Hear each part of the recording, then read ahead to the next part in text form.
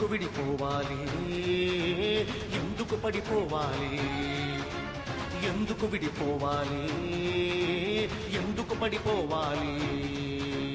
ఇన్నాళ్ళు కలిసిమెలిసి తెలుగులంతా జీవించి ఇప్పుడెందుకు విడిపోవాలి, ఇప్పుడెందుకు విడిపోవాలి, ఎందుకు విడిపోవాలి, ఎందుకు పడిపోవాలి, ఎందుకు విడిపోవాలి, ఎందుకు పడిపోవాలి. ఇన్నాళ్ళు కలిసిమెలిసి తెలుగులంతా జీవించి ఇప్పుడెందుకు విడిపోవాలి, ఇప్పుడెందుకు విడిపోవాలి, ఎందుకు విడిపోవాలి, ఎందుకు పడిపోవాలి.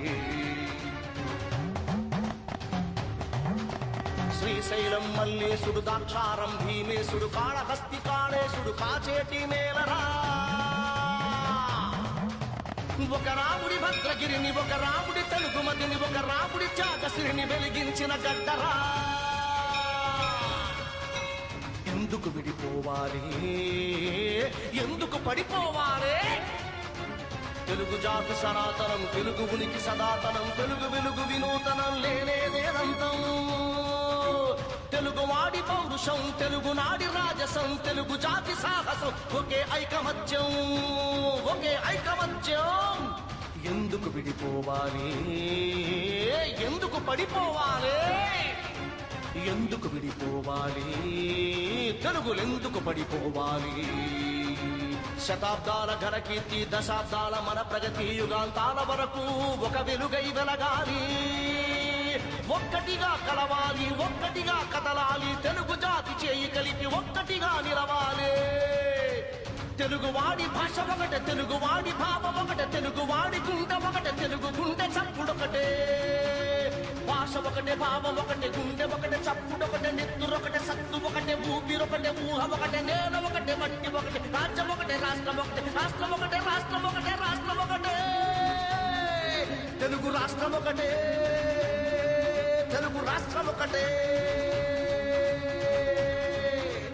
ఎందుకు విడిపోవాలి, ఎందుకు పడిపోవాలి, ఎందుకు విడిపోవాలి, ఎందుకు పడిపోవాలి. ఇన్నాళ్ళు కలిసిమెలిసి తెలుగులంతా జీవించి ఇప్పుడెందుకు విడిపోవాలి, ఇప్పుడెందుకు విడిపోవాలి, ఎందుకు విడిపోవాలి, ఎందుకు పడిపోవాలి, ఎందుకు విడిపోవాలి, ఎందుకు పడిపోవాలి. ఇన్నాళ్ళు కలిసిమెలిసి తెలుగులంతా జీవించి ఇప్పుడెందుకు విడిపోవాలి, ఇప్పుడెందుకు విడిపోవాలి.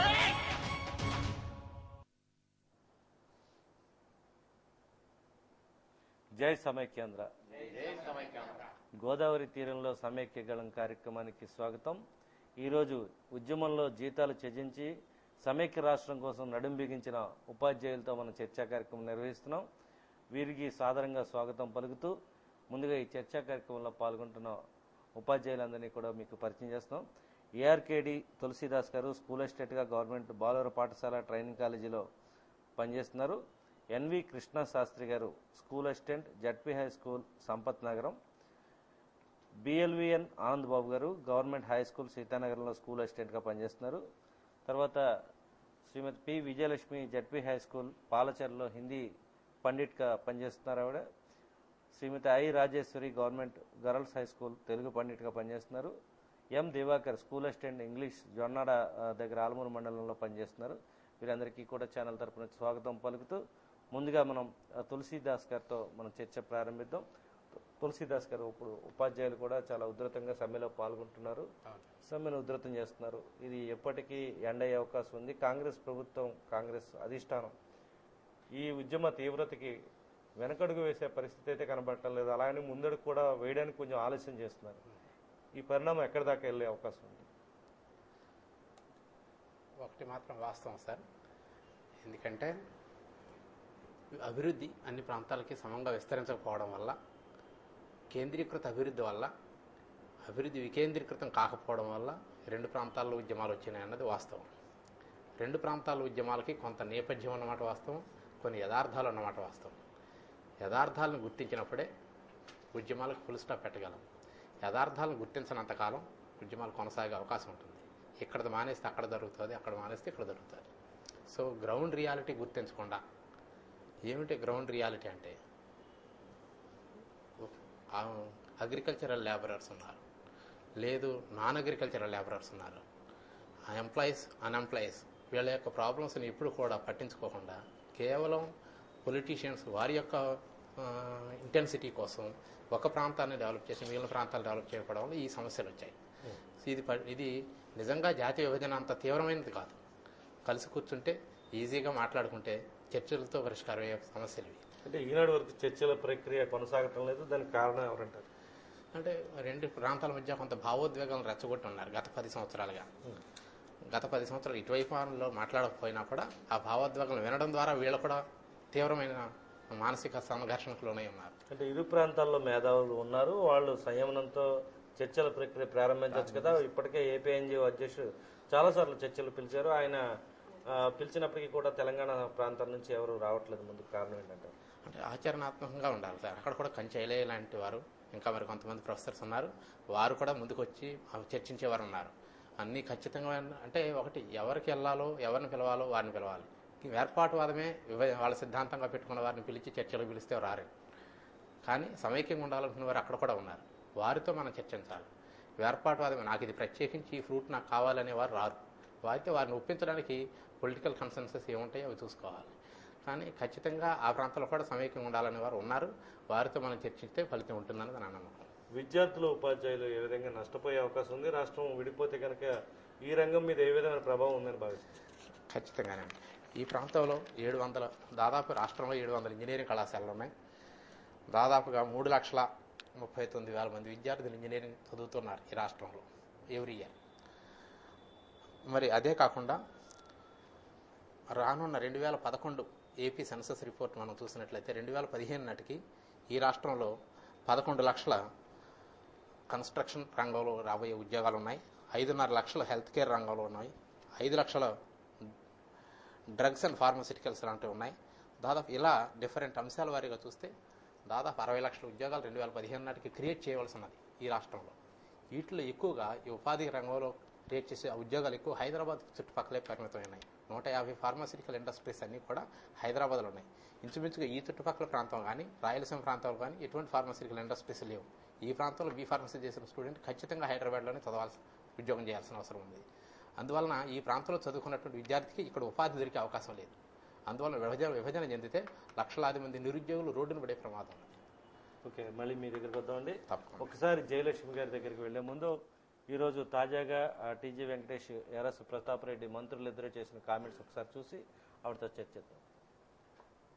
స్టూడెంట్ లీడర్స్ అందరు యూనివర్సిటీ స్టూడెంట్స్ రేపు మీటింగ్ పెట్టాం. రాయలసీమ యూనివర్సిటీ స్టూడెంట్స్ లీడర్స్ అంతా కర్నూలు రేపు వస్తున్నారు.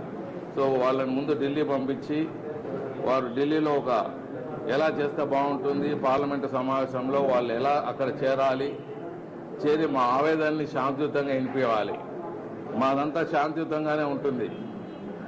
10 లక్షల మందిని ఆ పార్లమెంటు సమావేశాల్లో కూర్చొని పార్లమెంటు సమావేశాలు ఎంతవరకు మా ఆవేదన వినిపించి వస్తే మనం బయటపడతాం.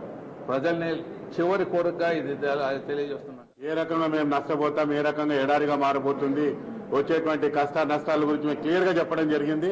అయితే ఈ రోజు కూడా ఏమంటున్నారు, నోట్లు అవన్నీ ఏం పెట్టాము, బిల్లు వచ్చినప్పుడు మాత్రమే చెప్తామంటున్నారు. కనుకనే అదే మా ముఖ్యమైనటువంటి ఆవేదన. ఈ రోజు మేము అడుగుతున్నాం, మేము ఆల్రెడీ కమిటీకి ఇన్ రైటింగ్ లో క్లియర్ గా చెప్పడం జరిగింది ఏ రకంగా నష్టపోతున్నాము. దాని గురించి మాకు ఒక్క మాట కూడా చెప్పలేదు, లేకపోతే ఒక రిప్లై కూడా ఇవ్వలేదు. మేము ఆ రోజు క్లియర్ గా చెప్పాం, మొదట ఈ సమస్యలు మీరు పరిష్కరించండి, తర్వాత మీ డివిజన్ కు మేము సహకరిస్తామని. మీరు సహకరించలేరు, ఈ చిన్నవే కాలేదు, ఈ పెద్దవి మీరు ఏ రకంగా చేస్తారని కూడా క్లియర్ గా చెప్పడం జరిగింది. Welcome back. జయలక్ష్మి గారు, ఇప్పుడు మంత్రులు ఇద్దరు చెప్తున్న కామెంట్స్ విన్నారు. 10 లక్షల మందితో ఢిల్లీ వెళ్లి ముట్టడిస్తే శాంతియుతంగా కనీసం అధిష్టానం వినే పరిస్థితి ఉంటుందని మంత్రుల స్థాయిలో వాళ్ళు మాట్లాడుతున్న తీరును గమనించి ఉంటారు మీరు. దాని మీద మీ కామెంట్స్ ఏంటి? మంత్రులు కానీ, ఎంపీలు కానీ, కేంద్ర మంత్రులు కానీ వీళ్ళందరూ కూడా ఇప్పుడు ప్రజల మీద ఆధారపడాల్సిన పరిస్థితి వచ్చింది. వాళ్లే వెళ్ళి ఉద్యమం చేసుకోవాలి, వాళ్లే వెళ్ళి ఢిల్లీ ముట్టడి చేయాలి, వాళ్లే అన్ని చేసుకోవాల్సిన దౌర్భాగ్యం ఎందుకు వచ్చింది? నాయకులు ఎన్నుకున్నది ఒక నమ్మకంతో ఎన్నుకుంటారండి జనం. అయితే మనకి నాయకుడు అనేవాడు ఎటువంటి అన్యాయం చేయడు. తర్వాత మనమే అంటే నాయకుడు అంటే మనమే. ప్రజలే నాయకులు, ప్రజల యొక్క అభిష్టాన్ని అనుసరిస్తూ నాయకుడు ముందుకు నడవాలి. అటువంటి నాయకులు ఇవాళ విభజన జరుగుతూ ఉంటే ఏమీ మాట్లాడకుండా ఎంతవరకు ఊరుకుని ఇప్పుడు జనానందరినీ ఢిల్లీ రోడ్లు ఎక్కిస్తాడం ఎంతవరకు సమంజసం, అది ఒకటి. తర్వాత నిన్న కాక మొన్న మనం హైదరాబాద్లో సభ పెట్టుకున్నాం. ఆ హైదరాబాద్ పక్కన మనకి దాదాపుగా ఒక 400 కిలోమీటర్ల దూరంలో హైదరాబాద్లో సభ పెట్టుకున్నాం. ఆ సభకి వెళ్ళినటువంటి సత్యనారాయణ గారు ఈ రోజు వరకు ఇంకా కోలుకోలేదు, బెడ్ మీద ఉన్నారు. అటువంటి పరిస్థితిలో ఉన్నటువంటి మనం ఢిల్లీ వరకు వెళ్ళి ఎంతవరకు నెగ్గుకు రాగలం? అందులో 6.5 లక్షల మంది ఇవాళ రోడ్లు పట్టి జీతాలు లేకుండా తిండికి నోడ్చుకోకుండా ఉన్నటువంటి పరిస్థితిలో ఉన్నటువంటి మనల్ని వెళ్ళి అక్కడ ఢిల్లీలో మన వాదన వినిపించడం అనేది హాస్యాస్పదం అని నన్ను అడిగితే. అది కుదరని పని సార్. ఏంటంటే వాళ్ళు చేయలేక చేతులు ఎత్తేసి మనల్ని చేయడం అనేది ఖచ్చితంగా కనిపిస్తుంది. అంటే వాళ్ళకి పదవులు ఎందుకు ఉన్నాయంటారు? అది వాళ్ళ నైతికతకు వదిలేయాలి సార్. ఎందుకంటే ప్రజల్ని మేము ఉద్ధరిస్తామని చెప్పి సీట్లు ఎక్కారు. ఈ రోజు విభజన జరిగేటప్పుడు ప్రజల మనోగతం తెలుసుకోకుండా, ప్రజలు ఏం కోరుకుంటున్నారనేది తెలుసుకోకుండా వాళ్ళు వెళ్ళి విభజిస్తున్నాము అనగానే తలాడించి వచ్చి ఇక్కడికి వాళ్ళు వచ్చిన తర్వాత అబ్బే మేము మీకు సపోర్ట్ ఇస్తున్నాం అని చెప్పి ప్రతి నాయకుడు చెప్తున్నారు. అది ఇవాళ సమైక్యవాదిగా ప్రతి ఒక్కరు కూడా బాధపడాల్సిన విషయం అండి. ఇప్పుడు వాళ్ళు ఏం చేయాలి, మనం ఏం చేయాలి? ఇప్పుడు ఇంతవరకు మనం రాజీనామాలు చేయమని అడిగాము, ఇవాళ వరకు కూడా వాళ్ళు రాజీనామాలు చేయలేదు. పైగా రేపటి స్పీకర్ ఫార్మేట్ లో మేము పెట్టున్నాము, రేపు స్పీకర్ అపాయింట్మెంట్ మాకు దొరికింది, మేము వెళ్ళి రాజీనామాలు ఆమోదించుకుంటామని చెప్తున్నారు 7 మంత్రులు కూడా. అయితే 7 ఎంపీలు 5 మారారు. ఈ 5 ఎంతవరకు నిలబడతారనేది తెల్లవారితేనే కానీ తెలియదు. అపాయింట్మెంట్ దొరికిన తర్వాత 5 కూడా బయటకు వస్తారా లేదా అనేది కూడా ఆలోచించాల్సిన విషయం. లేదండి, ఎట్టి పరిస్థితుల్లోనూ లేదు. ఎందుకంటే వీళ్ళకి అపాయింట్మెంట్ ఇవ్వడానికి 5 రోజులు పట్టింది, వీళ్ళని ఆమోదించడానికి ఇంకెన్ని రోజులు పడుతుందో కూడా చెప్పలేము సార్. ఇప్పుడున్న రాష్ట్ర పరిస్థితులను బట్టి ఆలోచించినట్లయితే మంత్రులు రాజీనామా చేయడానికి ఎటువంటి పరిస్థితుల్లోనూ సిద్ధంగా లేరని అర్థమవుతోంది. వీళ్ళని రాజీనామాలు చేయమని చెప్పి 55 రోజుల నుంచి పోరాడి జనమందరూ మేమందరం కూడా అలసిపోయామని తప్ప వాళ్ళలో మరి ఎందుకు రాలేదు, అసలు ఏమి ఆలోచిస్తున్నారనేది ఈ జనానికి అసలు అర్థం అవ్వట్లేదు, సాధారణ ప్రధానికానికి అర్థం అవ్వలేదు. బయటకు వెళ్తే ఆఖరికి ఇవాళ మేము ఉద్యమం చేసేటప్పుడు రోడ్డు మీద ర్యాలీకి వెళ్తూ ఉంటే, ఖాళీ ప్రదర్శనకు వెళ్తూ ఉంటే కూరగాయలు అమ్ముకునే అమ్మాయి తన బొట్ట వదిలేసి ఆఖరికి ఒక కాలికి చెప్పులు కూడా లేవు, ఆమె వచ్చి మాతో పాటు సమైక్య నినాదాలు చేస్తూ ఉంటే ఒక రోడ్డు మీద వ్యాపారికి అంత ఆలోచన కలిగినప్పుడు ఢిల్లీ మంత్రులకు ఎందుకు కలగడం లేదనేది చాలా బాధాకరమైన విషయం అండి. మరి వాళ్ళు ఏమైనా విభజనకి వాళ్ళు ముందుగా ఓకే చెప్పి ఇవాళ మళ్ళీ మనకి వత్తాసు పలకడం ఇవన్నీ తెర వెనుక డ్రామా లాగా అనిపిస్తోంది. అయితే ఇంకొకటి ఏంటంటే రేపు వాళ్ళు రాజీనామా చేస్తే ముందు రాజకీయ సంక్షోభం ఏర్పడాలి. రాజకీయ సంక్షోభం ఏర్పడినప్పుడు ఇవాళ ఇంకోటి కూడా అండి, రాజకీయ సంక్షోభం ఏర్పడితే ఖచ్చితంగా రాష్ట్రపతి పాలన వస్తుంది, ఢిల్లీలోనే ఏర్పడాలి. అది ఢిల్లీలో ఏర్పడాలి. అయితే ఢిల్లీలో ఏర్పడడానికి మన వాళ్ళు ఉన్న వాళ్ళు 16 మంది, వాళ్ళు అందులో వచ్చిన వాళ్ళు 16లో 7 5 చెప్పుకున్నాం కదా సార్ ఇప్పుడే, ఆ తీసివేతలు కూడికలు ఇలా. మరి అది ఖచ్చితంగా ప్రజల్ని గొర్రెలు చేస్తున్నారు సార్. అది పరిస్థితి. గొర్రెలయ్యే పరిస్థితి ప్రజల్లో ఉంది అప్పుడు లేదు సార్. ఎట్టి పరిస్థితుల్లోనూ ఈ రోజు ఏ నాయకుడైనా సరే, అంతెందుకు సార్, ఒక 4 రోజుల క్రితం మన లగడపాటి గారు ఆటోనగర్, విజయవాడ ఆటోనగర్కి వెళ్ళినప్పుడు ఆటోనగర్ వాసులందరూ కూడా నిరాహార దీక్షలో కూర్చున్నప్పుడు వాళ్ళు తిరగబడినటువంటి పరిస్థితి చూస్తే అదంటే మనకి లైవ్ ప్రోగ్రామ్ కనిపించింది. కాబట్టి ఇవాళ అదొకటే కాదండి, రాష్ట్రంలో ఏ మూల చూసినా అంటే మన 13 జిల్లాల్లో ఎక్కడ ఉద్యమం జరిగినప్పటికీ కూడా అక్కడికి వెళ్ళి చూసినప్పుడు ఏ రాజకీయ నాయకుడు కూడా పార్టీ కండువాతో టెంట్ దగ్గరకు వచ్చినప్పుడు, దీక్షా శిబిరానికి వచ్చినప్పుడు వాళ్ళకి ఎదురయ్యేటువంటి దుష్పరిణామాల దృష్ట్యానే వాళ్ళు ఇవాళ రాజీనామాల వరకు వెళ్లారే తప్ప వాళ్ళ చిత్తశుద్ధితో మాత్రం వెళ్ళలేదు. అంటే దండలేసిన చేతులతోనే చెప్పులు వేశారు సార్, దండలేసిన చేతులతో చెప్పులు విసిరించుకున్నారు. ఇంకా రేపు వస్తే అంటే ఇప్పటి వరకు ఫ్లెక్సీలకి వాటికి కొట్టారు, టమోటాలు, కోడిగుడ్లు, రేపు రోజుట జనం డైరెక్ట్ గా వాళ్ళకి కొడతారు. ఓకే, మళ్ళీ మీ దగ్గరికి వద్దాం. వచ్చే ముందు ఒకసారి అశోక్ బాబు ఈ రోజు తాజాగా చేసిన కామెంట్ చూసి మన శాస్త్రి గారితో మాట్లాడదాం. నోటు వచ్చిన వెంటనే ఢిల్లీలో ఉన్న జాతీయ పార్టీ నాయకులందరూ కూడా కలిసి ఏదైతే మిగతా యూపీఏ భాగస్వాములు ఉన్నాయో వాళ్ళందరూ కూడా కలిసి ఆ కేబినెట్ నోటు వచ్చే సమయానికి యూపీఏ ప్రభుత్వం మీద ఒత్తిడి తీసుకొచ్చి మరి ఆ నోటు మీద ఏదన్నా కొంత డిసెండెన్స్ అనేది తయారు చేయించాలని ఎస్మాకు భయపడి ఈ సమ్మెలో ఎటువంటి మార్పులు చేర్పులు ఉండవని చెప్పి ప్రభుత్వానికి కూడా మేము తెలియజేస్తున్నాం. Welcome back.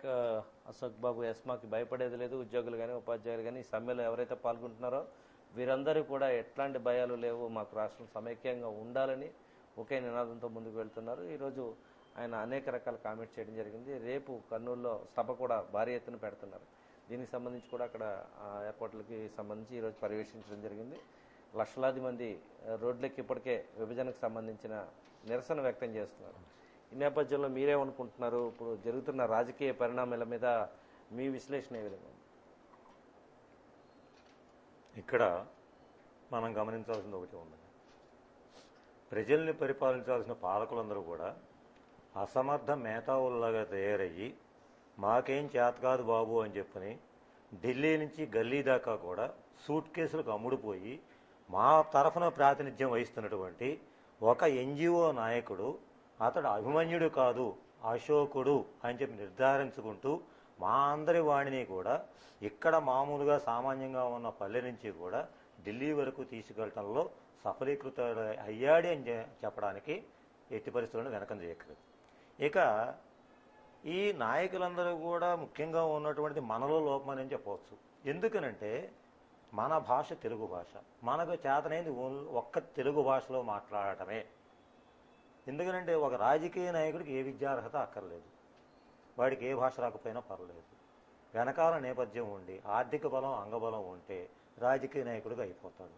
మనము ఏవో కొన్ని ప్రలోభాలకో కొన్ని వర్గ వైషమ్యాలకో లేకపోతే ఒక నా కులము లేకపోతే నా జాతి నా మతము అనేటువంటి అపేక్షతోటి మన రాజకీయ నాయకులు ఎన్నుకున్న కారణం చేత మన చేత ఎన్నుకోబడినటువంటి నాయకులు వాళ్ళ యొక్క సీనియారిటీ కారణం చేత కానివ్వండి, వాళ్లకున్న బ్యాక్గ్రౌండ్ కారణం చేత కానివ్వండి, ఒక ఎంపీగానో ఒక మినిస్టర్గానో వెళ్ళి ఢిల్లీలో పదవిలో కూర్చున్న తర్వాత మన సోదరులు మన దాయాదులైనటువంటి వాళ్ళు ఒక సామాన్యమైనటువంటి సర్పంచ్, ఎమ్మెల్యే, ఎంపీ ఎవరైతే ఉన్నారో వాళ్ళకి నిత్యం వాడుక భాషలో ఉన్నటువంటి రాష్ట్రీయ భాష హిందీ భాషను ఉపయోగించి, ఎందుకంటే తెల్లాలేస్తే వాళ్ళు మాట్లాడేది హిందీ, మన వాళ్ళు వేరుముద్ర వాళ్ళు అవటం మూలాన మన భాషలో తన ప్రాంతీయ భాషలో తప్ప వేరే భాష రాని కారణం చేత వాళ్ళ భావాన్ని వ్యక్తీకరించేటువంటి స్వాతంత్ర్యం లేకపోయిన కారణం చేత వీళ్ళు వెనుకబడ్డారు. అంటే మన ఎంపీలు చాలా మంది మంత్రులు కానీ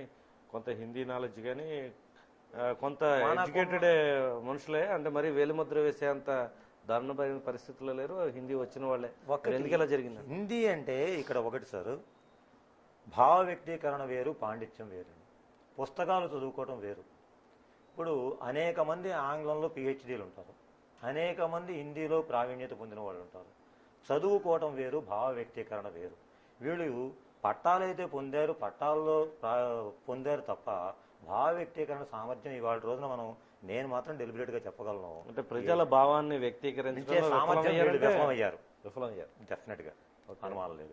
అక్కడ వాళ్ళు విఫలం అవ్వబట్టే మనం నిన్న కాక మొన్న కూడా ఒక దిగ్విజయ్ సింగ్ కానీ ఇంకొకళ్ళు కానీ ఎంత నీచంగా మాట్లాడుతున్నారంటే, మీరు రాజీనామాలు చేస్తారా చేసుకోండి బేఫికర్, మీరు మా పార్టీని విడిచిపెట్టి వెళ్ళిపోతారా వెళ్ళిపోండి బేఫికర్.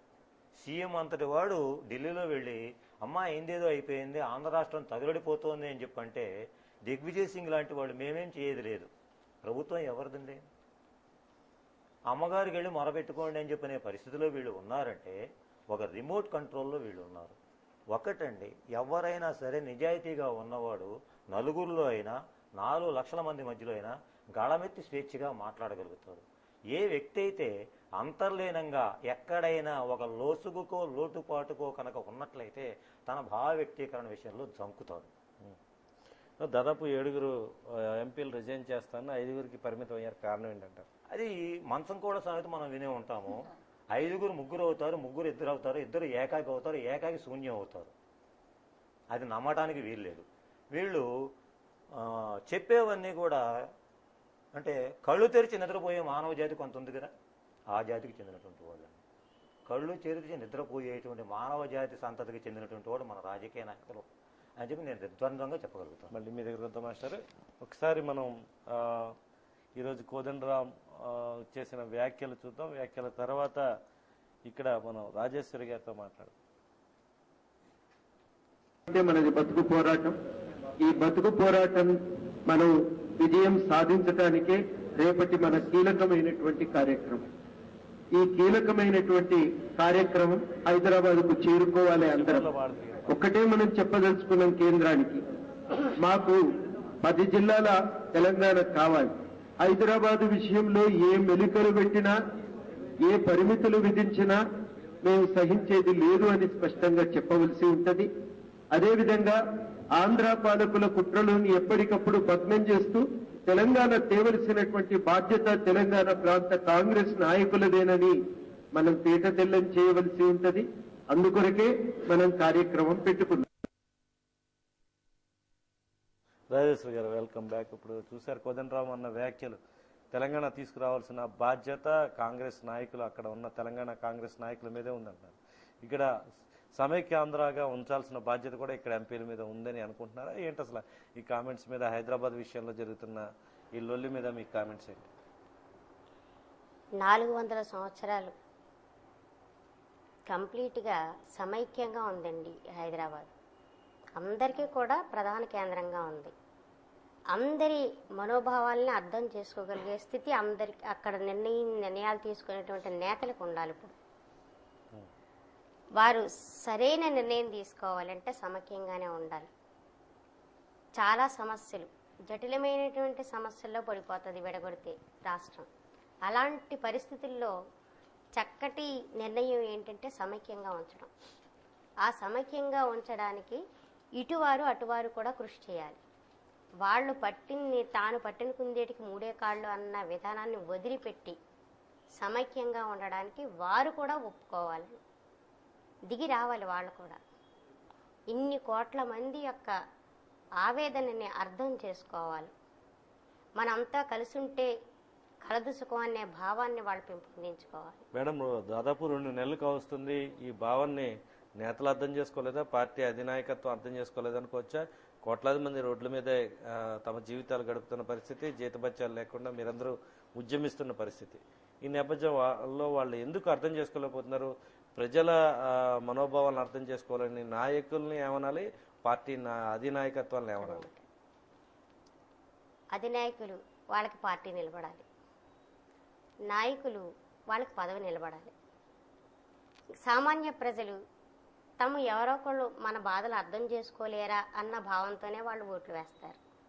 మరి అలాంటి వాళ్ళని అన్యాయం చేయడం వాళ్ళకి ఎంతవరకు సమంజసం? అంటే వీళ్ళందరినీ నిలబెట్టాల్సింది ప్రజలే అన్నప్పుడు ప్రజలకు ఇష్టం లేని పని ఎందుకు చేస్తున్నారు? ఎందుకు చేస్తున్నారంటే వాళ్ళు పార్టీకి అమ్ముడుపోయారు, పూర్తిగా మునిగిపోయారని. కుడితిలో పట్ట వెలకలు ఎలా కొట్టుకుంటాయో ఆ విధంగా వాళ్ళ పరిస్థితి ఉంది. ఇటు తన వాళ్ళకి తను న్యాయం చేయలేరు, తన ప్రాంతాల్లో అడుగు పెట్టలేరు, అటు అధిష్టాన వర్గం మాట కాదనలేరు. అలాంటి పరిస్థితిలో ఉన్నారే తప్ప కొంచెం మనసు పెట్టి ఆలోచించి ఏది ధర్మం ఏది న్యాయం అని ఆలోచించి సమైక్యంగా ఉంటే ఎంతో మంచిది. మన నెహ్రూ గారు ఒక మాట చెప్పారండి, సమైక్యంగా ఉండడం కోసం, లక్ష్య సాధన కోసం కోరికలు ఉండొచ్చు, కానీ ఆ కోరికలు లక్ష్యాలు మంచివై ఉండాలని. అలాగే ఇతరులకి అపకారాన్ని తలపెట్టకూడదు. మన లక్ష్యాలు సాధించుకునేటప్పుడు ఇతరులకు అపకారం తలపెట్టకూడదు. ఇప్పుడు వాళ్ళ లక్ష్యం తెలంగాణ సాధించుకుంటే మనకి అపకారం తలకపెట్టినట్లే. కాబట్టి ఆ లక్ష్య సాధనలో పక్కనున్న వాడికి అన్యాయం చేయకూడదు. అంటే ఈ మాటలు అదే కుటుంబానికి చెందిన సోనియా గాంధీ గారికి అర్థం కాలేదా? స్వయంగా చెప్పినటువంటి వాక్యాలు. అవును, నెహ్రూ గారు చెప్పారు. అది ఆయన వంశానికి, వాళ్ళ వంశానికి, ఒక్కసారి వాళ్ళ వంశం వారు ఈయన చెప్పినటువంటి వాక్యాన్ని స్మరణకు తెచ్చుకొని వాళ్ళ నిర్ణయాలు మార్చుకొని సమైక్య ఆంధ్రప్రదేశ్ రాష్ట్రం అంతా కూడా సమైక్యంగా ఉంచడానికి కృషి చేయాలి. అంటే 69లోను 72లో ఇందిరాగాంధీ చేసిన కామెంట్స్ కూడా చాలా సమైక్యానికి అనుకూలంగా చేసిన కామెంట్స్ ఉన్నాయండి. నెహ్రూ వారసత్వాన్ని ఇందిరాగాంధీ తీసుకుంది. ఇందిరాగాంధీ తర్వాత సోనియా గాంధీ విస్మరించడానికి కారణం ఎవరు అనుకుంటున్నారు? సోనియా గాంధీ విస్మరించడానికి కారణం ఏంటంటే ఎవరు చేయలేని పని నేను చేయాలి అన్న భావన ఆవిడలో పూర్తిగా నాటుకుపోయింది. టోటల్ గా రివర్స్. ఆ భావన నుంచి ఆవిడ బయటపడే అవకాశం ఉంది. బయటపడే అవకాశం కల్పించాలండి మనమే, ఉద్యమం ద్వారానే కల్పించాలి. ఆవిడలో మైండ్ పూర్తిగా మార్చాలి. మారుతుంది, తప్పకుండా మారుతుందండి. అంటే ఆవిడని కలుసుకోవడానికే చాలా గేట్లు ఉంటాయి. ఈ గేట్లన్నీ దాటి మన నేతలు వెళ్లే పరిస్థితి కనిపించడం లేదు. ఇంకా ఆవిడ మనసు ఎలా మారుతుంది? ఎన్నో దారుల ద్వారా ఎన్నో విషయాల్లో గేట్లు దాటేసి విడిపోతున్నారండి. ఆ గేట్లు దాటెళ్ళి తమకు కావాల్సి సాధించుకోగలుగుతున్నారు. కానీ ఇంతమంది ఇన్ని కోట్ల మంది ప్రజల యొక్క ఆవేదన గురించి ఎందుకు వ్యక్తం చేయలేకపోతున్నారు ఈ నాయకులు? Okay, thank you madam. మళ్ళీ మీ దగ్గరికి వద్దాం. ఒకసారి లగడపాటి రాజగోపాల్ చేసిన కామెంట్ చూసి ఆనంద్ బాబు గారితో మాట్లాడతాం. ఒకటే ఆలోచన, అది వెంటనే ఆమోదించుకోవడం, అది మా ముందున్న తక్షణ కర్తవ్యం. స్పష్టంగా అందరికి అర్థమవుతుంది ఎవరేం చేస్తున్నారు అనేది. ఇవాళ చాటుమాటిగా ఏం జరిగినా కూడా అది బహిరంగంగా ప్రజలకు అర్థమవుతుంది.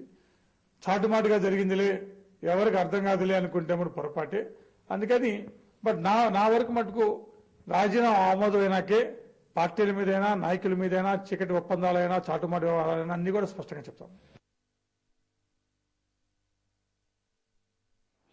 ఆనంద్ బాబు గారు చూశారు కదా లగడపాటి అన్న కామెంట్స్. చీకటి ఒప్పందాలు అంటున్నారు. అసలు ఈ విభజన వెనక ఒప్పందాలు తర్వాత చీకట్లో జరిగిన సంగతులు ఉన్నాయని మీరు భావిస్తున్నారు?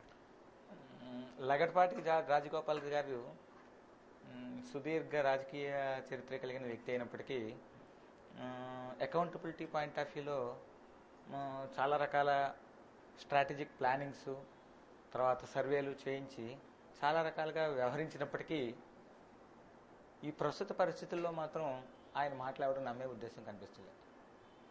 అంటే గ్రౌండ్ లెవెల్, జీరో లెవెల్కి అతని స్థాయి దిగజారిపోయింది రాజకీయ చరిత్రలో, సుదీర్ఘ రాజకీయ చరిత్ర.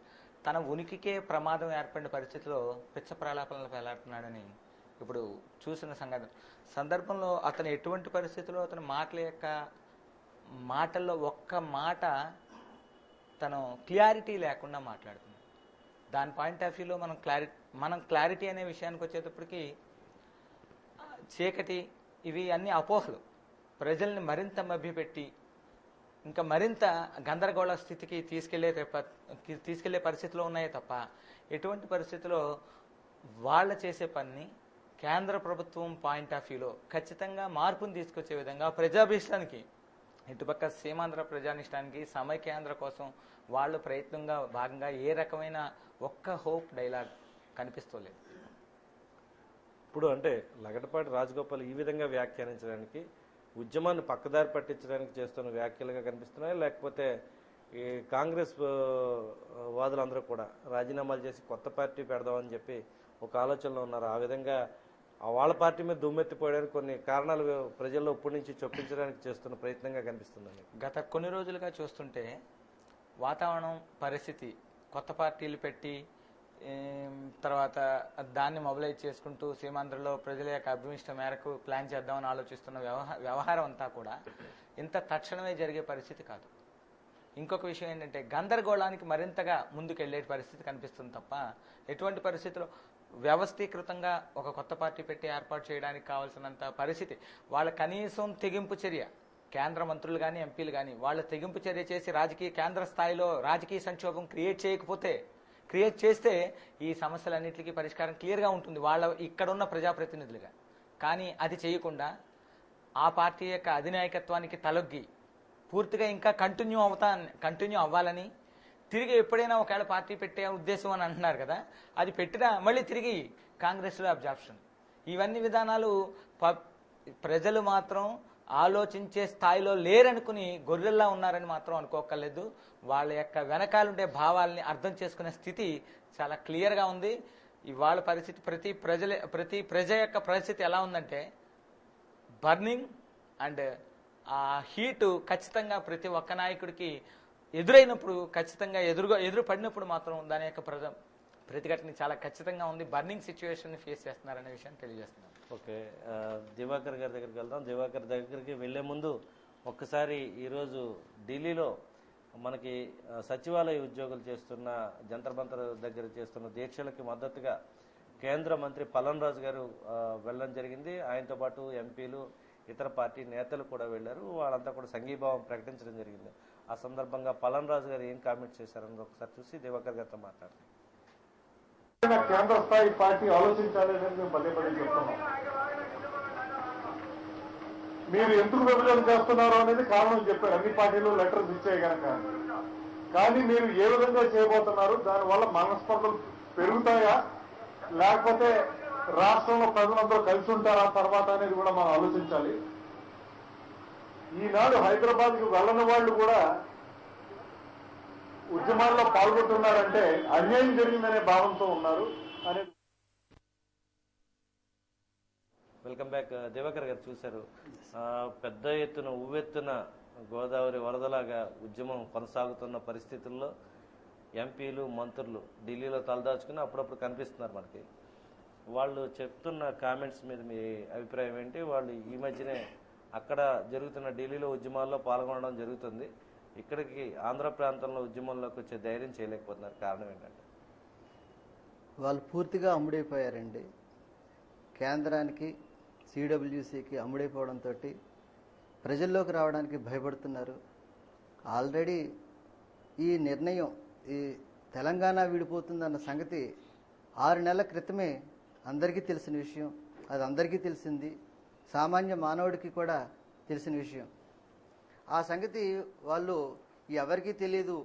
మనం మన స్వలాభం కోరి మన రాజకీయ చరిత్రని కొనసాగించడం కోసం మనం కీప్ క్వైట్గా ఉందామన్న ఉద్దేశంలో మరుగున పెట్టారు. One fine morning Digvijay Singh మన రాష్ట్ర ఇన్ఛార్జిగా వచ్చి కొద్ది కాలానికే డిక్లేర్ చేశారు. ఇదంతా వాళ్ళు కేంద్ర ప్రభుత్వం సిడబ్ల్యూసి పూర్తిగా ఆడుతున్న జగన్నాటకం ఇది. దీంట్లో బలిపశువులు అయ్యేది మన రాష్ట్రం వారే. మన రాష్ట్రం వారిలో అక్కడ తెలంగాణ వారు, రాయలసీమ వారు, కోస్తాంధ్ర వారు 3 ప్రాంతాల వాళ్ళు కూడా పూర్తిగా నష్టపోయేది అందరూను. అంటే సమైక్యంగా ఉంటే ఉన్న అభివృద్ధి విడిపోతే రాదు. ఎందుకంటే ఆల్రెడీ మా మిత్రుడు తులసిదాస్ గారు చెప్పినట్టుగా టోటల్గా సెంట్రలైజ్ అయిపోయింది. ఈ రోజుని పరిస్థితి ఒక ఉన్నత ఉద్యోగి అవ్వాలన్నా, ఒక ఉన్నత విద్య చదవాలన్నా, ఒక ఉద్యోగానికి అప్లై చేసుకోవాలన్నా ప్రతిదీ కూడా హైదరాబాద్లోనే సెంట్రలైజ్ అయిపోయింది. ఈ కేంద్రీకరణ అన్నది మన నాయకులు మర్చిపోయారు, మన ప్రజలు కూడా మర్చిపోయారు. ఇది మన పూర్తిగా మనలో కూడా చాలా తప్పులు ఉన్నాయి. మన సీమాంధ్ర ప్రజలకు కూడా మనం మన యొక్క స్వలాభాన్ని మనం వదులుకోవాల్సిన అవసరం ఇప్పుడు లేదు. మనం ఇంకా ఈ సీమాంధ్ర పరిస్థితులు ఇంకా ఎల్లలు దాటే పరిస్థితికి వచ్చింది. ప్రపంచంలో ప్రతి మనిషికి కూడా ఇన్ని రోజులు చేస్తున్న సమ్మె అన్నది అందరికీ తెలిసింది. ఎప్పుడు కూడా గతంలో ఏ చరిత్ర చూసినా సరే ఎన్జిఓలు వితౌట్ గవర్నమెంట్ పబ్లిక్ పీపుల్ అంటే ఎమ్మెల్యేలు కానీ ఎంపీలు కానీ ప్రజాప్రతినిధుల యొక్క ప్రమేయం లేకుండా పూర్తిగా ప్రభుత్వ ఉద్యోగులు సమైక్యంగా ప్రజానీకంతో అందరితోటి కలిసిమెలిసి ఉండి ఉద్యమం చేస్తున్న రోజులు ఇవాళ 59వ రోజులోకి వచ్చింది. ఈ రోజుకి కూడా ఈ సెగలు ఢిల్లీకి చేరట్లేదు అని అంటే దానికి కారణం మన మోసపూరితమైన ప్రజానాయకులే. ఓకే, మళ్ళీ మీ దగ్గరికి వద్దాం. ఒకసారి తులసి దాస్ గారి దగ్గరికి వెళ్లే ముందు వైఎస్ విజయమ్మ ఇప్పుడు ఢిల్లీలో జరిగిన శిబిరానికి మద్దతుగా ఆవిడకి దీక్షకి సంబంధించి కొన్ని కామెంట్స్ చేయడం జరిగింది. ఆ కామెంట్స్ మీద ఆయన అభిప్రాయం తీసుకుందాం. అంటే చనిపోలేము అన్ని చోట్ల కూడా ఆఫీసుల్లో కూడా 2 పార్టీలుగా చేయడం మనం చూస్తా ఉన్నాం. ఏదో కలిసి పోరాటాలు ఏ రోజు ఉద్యమం గురించి మనం చెప్పుకోవాల్సిన పరిస్థితి వచ్చింది. ఇవాళ రాంధ్రాన్ని కొట్టుకునే పరిస్థితి కూడా వస్తుంది. కానీ అటువంటి పరిస్థితి ఇవాళ వచ్చింది అంటే దీనికి కారణం కాంగ్రెస్ పార్టీ, తెలుగుదేశం పార్టీ కారణం. ఈరోజు కాంగ్రెస్ పార్టీ గత 4 సంవత్సరాల పరిపాలన తీసుకొని మరి ఎన్నికలకు పోతే దానికి భవిష్యత్తు లేదు. కాబట్టి వారు తెలుగుదేశం పార్టీ 9 ఏళ్ల పరిపాలన తీసుకొచ్చామని చెప్పే దానిలో ధైర్యం లేదు. కాబట్టి ఈరోజు వారు మరి ఈరోజు ఒకటే వైఎస్ఆర్సీపీ పార్టీ మాత్రం మరి ఈరోజు 5 సంవత్సరాల 3 నెలల కాలం రాజశేఖర గారి కాలాన్ని రాజన్న సువర్ణయ్య గారిని మళ్ళీ తీసుకొస్తుందని చెప్పి చెప్పే పార్టీ గమన పార్టీ ఒకటే వైఎస్ఆర్. Welcome back. తులసిదాస్ గారు, ఇంకా కొట్టుకునే పరిస్థితి వచ్చింది, కాంగ్రెస్ ఆ పరిస్థితికి తీసుకొచ్చింది అన్నది వైఎస్ విజయం అంటున్న మాట. దీనికి మీరేమంటారు? అంటే రాజకీయ పార్టీలు వ్యవహార శైలి వల్ల ఇరు ప్రాంతాల ప్రజలు, ఒకే జాతికి చెందిన ప్రజలు రోడ్డును పడి కొట్టుకునే వాతావరణం ప్రస్ఫుటంగా కనిపిస్తుంది. ఆల్రెడీ మన ఏపీఎన్జీ వాళ్ళు సభ పెట్టుకుని తిరిగి వస్తున్నప్పుడు దాడులకు కూడా పాల్పడిన నేపథ్యం ఉంది. తెలుగు జాతి మధ్య జరుగుతున్న ఈ పోరాటాన్ని ఏ విధంగా అర్థం చేసుకోవాలి? సమైక్యంగా ఉండాలంటే మీరిచ్చే సూచన? ఖచ్చితంగా సార్, నేను కూడా ఒక రాష్ట్ర సంఘానికి ఉపాధ్యక్షుడిని. రాత్రి కూడా ఆదిలాబాద్ ఉన్న సంఘ నాయకులతో మాట్లాడాను. నాకంటే ఎక్కువ క్లారిటీగా ఉన్నారు వాళ్ళు. నాకంటే ఎక్కువ క్లారిటీగా సమైక్యంగా ఉండడానికి ఉన్నారు. ఎందుకంటున్నానంటే ఈ రాష్ట్రంలో ఇప్పుడు ఆవిడ చెప్పినట్టుగా కొట్టుకునే పరిస్థితులు ఏమి లేవండి. ఖచ్చితంగా నిజంగా ప్రజలే కొట్టుకునే పరిస్థితి వస్తే మనం ఆఫ్రికన్ కంట్రీస్లో చూస్తున్నాం. అది తెగల మధ్య పోరాటం, జాతుల మధ్య పోరాటం ఎంతో దారుణంగా ఉంటుందండి. ఆ పోరాటం మనకు లేదు. 10 సంవత్సరాలు ఈ పోరాటాన్ని మనం గమనిస్తే కేవలం నాయకుల ప్రకటన లేదు తప్ప, అది కూడా కొట్టుకోమని నాయకులు చెప్తున్నారంటారా? కొద్దిమంది నాయకులు ఉన్నారు ఖచ్చితంగానే. కాబట్టే ఆ నాయకులే తిరిగి వచ్చేటప్పుడు సభని అడ్డుకోలేక, సభ జవగాదరను చూసి వారవలేక ప్రత్యేకించి మనుషులతో ఏర్పాటు చేసి పర్లాంగ్కి రాళ్లు పెట్టి ఏర్పాటు చేసి ప్రత్యేకించి ఆ బస్సులో ఉన్నటువంటి వ్యక్తుల్ని గాయపరచడం జరిగింది. అంతే తప్ప ఆ నిజంగా తెలంగాణ ప్రాంత వ్యక్తులందరూ కూడా తిరగబడితే మనం అక్కడ సభ పెట్టుకోవడం కూడా సాధ్యపడదు. కాబట్టి ప్రజలు కొట్టుకునేంత పరిస్థితులు లేవు. మేము తెలంగాణలో ఉన్న 10 జిల్లాల సంఘ సభ్యులతోటి కాదు, మా సంఘ సభ్యులే కాదు, ఏపీ ఎన్జిఓలు, టీఎన్జిఓ సభ్యులతో కూడా పూర్తి టచ్లో ఉన్నాం. అక్కడ ఉన్నటువంటి సభ్యులు ఎవరికి కూడా ఇలాంటి భయాందోళనలు ఏమీ లేవు. కాకపోతే ఒక ప్రాంతం లబ్ధి చేకూరేటప్పుడు మాట్లాడలేరు. ఇప్పుడు నిజంగా విడిపోతే వాళ్ళకి లబ్ధి ఎక్కువగా ఉంటుంది, మ్యాక్సిమం ప్రాఫిట్ ఉంటుంది వాళ్ళకి. కాబట్టి ప్రాఫిట్ని ఎంజాయ్ చేద్దారని వాళ్ళు ఫీల్ అవ్వచ్చు. అంతే తప్ప ఖచ్చితంగా ఈ ప్రాంతాన్ని విడిపోమని ఎప్పుడు అనరు. ఆ ప్రాంత వాసులు కూడా ఎన్నో కష్ట నష్టాలకు ఓర్చి, మనం ఒక్కసారి నిజాం రాష్ట్రంలో పరిస్థితి చూస్తే, నిజాం రాష్ట్రంలో యొక్క పరిస్థితిని ఒక్కసారి ఈ రోజు పరిస్థితి కాదండి, నైజాం రాజ్యంలో ఎట్లా ఉండేదో ఒక్కసారి మనం చూస్తే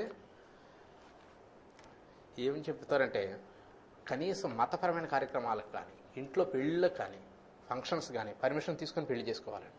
హిందువులు కనీసం ముస్లిం మహమ్మదాను ఇప్పుడు గస్తీ నిషాన్ తిర్పన్ అనేటటువంటి ఒక సమావేశం అనే ఒక జీవో ప్రకారం ఈ నిజాం క్యాబినెట్ని ముందస్తు అనుమతి లేకుండా ఎలాంటి సభ కానీ, ఎలాంటి వివాహ వేడుక కూడా చేసుకోవడానికి వీల్లేదు. అంతటి దారుణమైన పరిస్థితులు ఉన్న వాళ్ళ కోసం ఈ జిల్లా నుంచి 38 మంది, వెస్ట్ గోదావరి నుంచి దాదాపు 40 మంది, శ్రీ కృష్ణాజీ నుంచి 158 మంది ఆ నిజాం విముక్తుల కోసం ప్రాణాలు అర్పించి మన వాళ్ళని విముక్తి చేశాం. వారు మద్రాసీ తెలుగువారైనా, నిజాం తెలుగువారేనని వారందరి కోసం మనందరం కష్టపడ్డాం. ఇంకొక విషయం ఏంటంటే, మనం ఇప్పటికే కొన్ని ప్రాంతాలు పోగొట్టుకున్నాం. ఇప్పటికే ఇదిగో మనం చెప్పినటువంటి పూర్వం రావిపేట ఇతను రాసింది కూడా త్రిపురనేని రామస్వామి చౌదరి గారు విశాలాంధ్ర భవన్లో రాసినటువంటి ఆయన. బ్రహ్మపురం మాదేరా, పర్లాకిమిడి మాదేరా, కాదిని వాదికి వస్తే కటకం దాకా మాదేరా అన్నాడు. బస్తర ప్రాంతం మాదేరా, జయపురం మాదేరా, కాదిని వాదికి వస్తే నాగపూర్ దాకా మాదేరా అన్నాడు. గోలకొండ మాదేరా, తెలంగాణ మాదేరా, కాదని వాదికి వస్తే నైజాం అంతా మాదేరా, చెన్నపురం మాదేరా, చెంగల్పట్టు మాదేరా, కాదని వాడికి వస్తే తంజావూరు దాకా మాదేరా, దేవకోట మాదేరా, పొదుక్కోట మాదేరా, కాదని వాదికి వస్తే కాండీ దాకా మాదేరా. మరి ఆ రోజుల్లో త్రిపురనేని రామస్వామి చౌదరి ఇప్పుడు రాసిందండి విశాలాంధ్ర భవన్ స్టార్టింగ్లో 1956కి ముందు రాసిన పుస్తకం.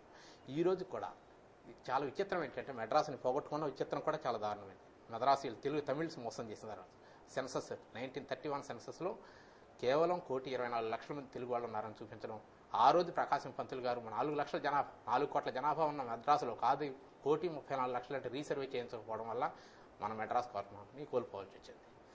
అదే రకంగా తెలుగు ప్రజలు ఈ పుస్తక రచయిత కూడా రాసినటువంటిది. నిజంగా కూడా ఈ మాటలు అక్షర సత్యాలు చాలా రీసెర్చ్ చేసిన ఆయన. తెలుగు ప్రజలు అన్నీ ఉండి ఏమీ లేని రాజకీయ విధి వంచితులు అన్నాడు. చాలా నిజమే. నిజంగా మన నాయకుల మీద పూర్తిగా నమ్మకం పెట్టేసి నాయకులు ఏం చేస్తున్నా పర్వాలేదని, ఉదాహరణకి ఈ ప్రాంతంలో చూడండి, అగ్రికల్చరల్ ల్యాండ్ అని ఒక్క హైదరాబాద్ మీదే కాదండి, అగ్రికల్చరల్ ల్యాండ్ హైదరాబాద్ మనకి ఇక్కడ వచ్చేసరికి సెజల్కి పర్మిషన్ ఇస్తున్నారు, రియల్ ఎస్టేట్లకు పర్మిషన్ ఇస్తున్నారు, 2 పంటలు పండే ప్రాంతాలను తీసుకొచ్చి టౌన్స్ హ్యాబిటేషన్స్ బిల్డప్ చేస్తున్నారు. అలాగే మరో ప్రాంతంలో వచ్చి ఇండస్ట్రీస్ కట్టాల్సిన చోట కట్టకుండా ఇక్కడ ఇండస్ట్రీస్ కడుతున్నారు. ఎక్కడ అంటే పాలసీస్ నిర్ణయంలోనే అన్యాయం జరుగుతున్నది. పంటలు పండే ప్రాంతాన్ని ఇండస్ట్రీస్కి ఇవ్వడం, ఇండస్ట్రీస్కి ఇవ్వాల్సిన ప్రాంతాల్లోనేమో బంజరు భూముల్ని నేను ప్రాజెక్టులు కడతానని అక్కడ ఉన్నటువంటి దాన్ని పాడు చేయడం. ఉదాహరణకు పోలవరం ప్రాజెక్ట్ తీసుకుంటే సౌత్ ఇండియాలోనే హైయెస్ట్ బయోస్ఫియర్ ఉన్నటువంటి ప్రాంతం అది. దానిని ఆ తెలంగాణ వాదులు మాట్లాడుతున్నది ఏంటంటే కొంచెం ఎత్తు తగ్గించమని కానీ లేదా మరొకటి కానీ. దానికోసం 30 ఏళ్ళ నుంచి పోరాటం చేస్తున్నాం. సుప్రీంకోర్టులో కేసు చూస్తే చాలా విచిత్రంగా అనిపిస్తుంది. మన హైయెస్ట్ బయోస్ఫియర్ ఉన్న ప్రాంతాన్ని ముంచేయడానికి కూడా మనం సిద్ధపడుతున్నాం. అందువల్ల ఆల్టర్నేట్స్ ఏంటన్నా చూసుకోవాలి. డాక్టర్ కె నాగేశ్వరం ఉన్నారు, అలాగే అక్కడ అటువంటి వాళ్ళు ఉన్నారు. వాళ్ళు చాలామంది ఆచరణాత్మక మార్గాలు చెప్పినా మనం ఫాలో అవ్వట్లేదు, మన నాయకులు ఫాలో అవ్వట్లేదు. ఖచ్చితంగా అటువంటి వాళ్ళతో మనం కూర్చొని ఖచ్చితమైనటువంటి ఆచరణాత్మక పద్ధతులు పెట్టుకుంటే 2 ప్రాంతాలు సమైక్యంగా ఉండడానికి ఆ ప్రాంతం నుంచి కూడా కలిసి వచ్చేవాళ్ళు చాలామంది ఉన్నారని నా నమ్మకం. అంటే కన్క్లూజన్ ఏంటంటారు దీనికి? ఈ ఉద్యమానికి కన్క్లూజన్ ఎలా ఉంటే సక్సెస్ అయ్యే అవకాశం? ఖచ్చితంగా కన్క్లూజన్ అంటే ఒకటి సార్, ఒక గల్ఫ్ క్రియేట్ అయిన మాట వాస్తవం. ఎట్లా అంటే హైదరాబాద్ లేని తెలంగాణకి, హైదరాబాద్కి కోస్తాంధ్రకి, హైదరాబాద్కి రాయలసీమకి ఇన్ఎవిటబుల్లీ ఇది 3 ప్రాంతాల కలయికతో కూడుకున్న ఒక రాష్ట్రం. దురదృష్టమో అదృష్టమో తమిళనాడుకి కానీ కేరళకి కానీ పైన ఒరిస్సాకి కానీ మనకు లేదు. మనం పోరాటం చేస్తే ఒరిస్సా రాష్ట్రం ప్రత్యేకించి ఏర్పడింది. మనకు తెలియదు. మనం తెలుగు వాళ్ళ కోసం రాష్ట్రం ఏర్పాటు కోసం పోరాటం చేస్తే మనం ఆ రోజు 1970లోనే తెలుగు రాష్ట్రాన్ని ఏర్పాటు చేస్తానంటే కాదుకూడదని ఖచ్చితంగా మనం మనలోనే కొన్ని పీతలు వెనక్కి లాగడం వలన మనం చేసిన పోరాటానికి ఫలితం ఒరిస్సా వాళ్ళు పొంది ఒరిస్సా వాళ్ళు సెపరేట్ రాష్ట్రాన్ని ఏర్పాటు చేసుకున్నారు. అట్లాగా మనలో మనం పోరాటం పెట్టుకోకుండా జాగ్రత్తగా ఆలోచించి కూర్చుంటే ఖచ్చితంగా గ్రౌండ్ రియాలిటీస్ గల్ఫ్ ఎట్లాగా మనం తగ్గించాలన్నది మనం ఆలోచించాలి. తెలంగాణలో ఉన్న మిగతా జిల్లాల్లో ఎక్కడా అభివృద్ధి లేదు. 45 2 టైర్ 3 టైర్ సిటీస్ ఉన్నాయి. ఆ సిటీస్లో ఎలాంటి మౌలిక సదుపాయాలు కల్పించబడలేదు. ఎలాంటి విద్యా వైద్య వనరుల్లో ఇంజనీరింగ్ కాలేజెస్లో ప్రైవేట్ ఇంజనీరింగ్ కాలేజెస్ పెట్టడం కరెక్ట్ కాదండి. Government engineering colleges, government hospitals ఇటువంటివన్నీ కూడా ఎస్టాబ్లిష్డ్ మౌలిక సదుపాయాలు కల్పించబడాలి. అవి ఏమీ చేయలేదు. దీనివలన ముఖ్యంగా తెలంగాణ ప్రాంతంలో నిజంగా వెనుకబడిన తాటదనం ఉందంటే ఒక హైదరాబాద్ తప్ప మిగిలిన ప్రాంతం అంతా వెనుకబడితనంగానే కనిపిస్తున్నది. ముఖ్యంగా నల్గొండ కానీ ఆ ఫ్లోరోసిస్ ఉన్నటువంటి దాని మీద మనం ఖచ్చితమైనటువంటి పోరాటం చేయవలసిన అవసరం ఉంది. తెలంగాణ ప్రజలు చెప్పేటువంటి సమస్యల మీద మనం ఖచ్చితంగా పోరాటం చేయాలి. తెలంగాణ ప్రజల్ని మనం ఏర్పాటువాదులుగా చూడవలసిన వాళ్ళు. నిజంగా ఏర్పాటువాదులు వేరు, తెలంగాణవాదులు వేరు. తెలంగాణవాదులు తెలంగాణ ప్రాంత అభివృద్ధి మాత్రమే కోరుకుంటారు. పూర్వం ఉన్న కొండాలక్ష్మణ్ బాపూజీ కానీ ప్రొఫెసర్ జయశంకర్ కానీ తెలంగాణ అభివృద్ధిని కోరుకుంటారు తప్ప తెలంగాణని విడగొట్టమని వాళ్ళు కోరుకుంటుంటారని నా నమ్మకం. ఇప్పుడున్న నయా విభజనవాదం మాత్రం మీరు ఏమన్నా సావండి, మేము మాత్రం మా ప్రాంతం మాకు ఇచ్చేయండి అనే వాదన కరెక్ట్ కాదు. అది కొద్దిమంది చేస్తున్న తర్వాత ఒక 10% లేదా 4%, ముఖ్యంగా అది కూడా 2-3 కాన్స్టిట్యుయెన్సీస్కి పరిమితమైనటువంటి టీఆర్ఎస్ వాదన. అది ఓకే, మళ్ళీ తెలియకొద్దాం. ఒకసారి మనం ఇప్పుడు తాజాగా వి హనుమంతరావు ఈరోజు చేసిన కామెంట్స్ చూద్దాం. చూసిన తర్వాత జయలక్ష్మి గారితో మాట్లాడదాం. మమ్మల్ని ఎవడో ఇంట్లో కిరాయికి వచ్చి ఇల్లు నాదన్నట్టు హైదరాబాద్ తో మమ్మల్ని కొడతాడట. ఆయన ఏడుకెళ్ళి వచ్చిండో మరి ఆయన ఏం మాట్లాడుతుండో ఇంత ధైర్యంగా మాట్లాడడం మేము ఎప్పుడైనా మాట్లాడినామా? ఈవెన్ కేసీఆర్ కూడా మాట్లాడితే మేము ఇట్లా మాట్లాడొద్దు, అన్నదమ్ములుగా విడిపోదామంటున్నావు. అసలు కిరణ్ కుమార్ రెడ్డి ఏం మాట్లాడుతుండో నాకు అర్థం కాలేదు. నువ్వు బుద్ధిమంతుడవని, ఎర్రగ పుల్లగా ఉన్నావు, చదువుకున్నావు, ఏది స్పీకర్ ఉన్నావు, ఏదో చేస్తే బాగా చేస్తాడని ఇంప్రెషన్ లో నేను పెడితే ఏం మాట్లాడుతున్నావు? ఇవాళ కూడా ఇంకోటి అంటుడు, తిరిగాడట, ఎక్కడ వెళ్ళాడట. Welcome back. జయలక్ష్మి గారు చూశారు కదా, ఇంటికి అద్దెకిస్తే కనుక ఇల్లు నాదని చెప్పి అంటున్నారు. అలాగే హైదరాబాద్ అడుగుతున్నారు. ఆంధ్ర ప్రాంతానికి సంబంధించి సీమాంధ్ర ప్రాంతం అసలంతా అన్నది హనుమంతరావు కామెంట్స్. సీఎం మీద కూడా ఆయన రొస్తలాడారు. మీరేమంటారు? అంటే హనుమంతరావు గారు చెప్పినట్లుగా ఆలోచించినట్లయితే ఆయన ఇల్లు అంటున్నారు, అసలు అక్కడ ఇల్లే లేదండి. భూమి ఉంది, పనికిరాని భూమి ఉంది. ఆ పనికిరాని భూమిని మనం చదును చేసి ఆ అడవులన్నీ కొట్టి చక్కగా చదును చేసి ఇల్లు కట్టి వనం పెంచి అన్నీ చేస్తే ఇవాళ ఇల్లు నాది అనడం ఆయన విజ్ఞతకు వదిలేయాలి. ఎందుకంటే ఇంతకు ముందు అంటే ఇప్పుడు ఇందాక మన రాజేశ్వరి గారు చెప్పారు 40 ఏళ్ళు కలిసి ఉన్నామని. 40 ఏళ్ళు ఎలా కలిసి ఉన్నామని 400 ఏళ్ళు. అయితే ఈ పోనీ అంటే నిజాం పరిపాలన తర్వాత మనం వాళ్ళు కలిసిన తర్వాత చూసినట్లయితే అప్పటి అభివృద్ధికి ఇప్పుడు అభివృద్ధికి పోల్చుకుందాం. అయితే అప్పట్లో వాళ్ళు ఉన్నటువంటి ఎంత అంటే వాళ్ళ యొక్క అనాగరికతని దూరం చేసింది మనం, అక్షరాస్యత తీసుకొచ్చింది మనం, ఐటీ రంగాన్ని తీసుకొచ్చింది మనం, ఆఖరికి చిరు వ్యాపారి దగ్గర నుంచి ఈ సాఫ్ట్వేర్ రంగం వరకు అభివృద్ధి చేసింది మనం. అలాంటిది ఇన్ని అయిపోయిన తర్వాత ఎంత చేసిన తర్వాత ఈ నేల నాది ఇదంతా నాది అంటే ఆయన నేల ఆయన తీసుకోమనండి, మన సాఫ్ట్వేర్ మనకి ఇచ్చేయమనండి. అది కరెక్ట్ కాదు సార్. ఆయన వ్యాఖ్యలు కరెక్ట్ కాదు. తర్వాత ఏంటంటే ఈ హైదరాబాద్ నాది అనడం ఆ తెలంగాణ వాళ్ళకి ఎంత మాత్రం సభ్యత కాదు. ఎందుకంటే ఇది ఏదైనా సరే అతను భూమి ఇచ్చారు, కరెక్టే కాదని అనం. దానిపైన మనం ఎంతో పెట్టుబడి పెట్టాం. ఆ పెట్టుబడి తగినటువంటి ఫలితాన్ని అందరూ సమానంగా పంచుకోవాలి. అందరూ సమానంగా పంచుకోవాలనుకున్నప్పుడు ఈ మన నాయకులు కూడా చేసింది ఇక్కడ పొరపాటు ఏంటంటే విడిపోదాం అంటే విడగొట్టేస్తున్నాం అన్నప్పుడు అన్నదమ్ముల్లా విడిపోదాం అని చెప్తున్నారు కదా. అన్నదమ్ముల్లా విడిపోయాలనుకున్నప్పుడు ఏ ఫ్యామిలీ అయినా విడిపోయేటప్పుడు బాబు నీకు ఈ వాటా వస్తుంది, నీకు ఈ వాటా వస్తుంది, నువ్వు పలానా ఇంట్లో ఉండు, నువ్వు పలానా ఇంట్లో ఉండు అని చెప్పి విభజన చేసి చెప్తారు. అలాంటిది ఏది కాకుండా మిమ్మల్ని ఇద్దరిని ఎడగొట్టేస్తున్నాం, తనువు చావండి అన్నట్టుంది. అంటే తాంబూలాలు ఇచ్చేస్తాం, తనువు చావండి అన్నట్టు. ఇది అధిష్టానం మనపైన మోపినటువంటి ఉక్కు పాదం. దీన్ని బెడిసి కొట్టే రోజు ఖచ్చితంగా వస్తుంది.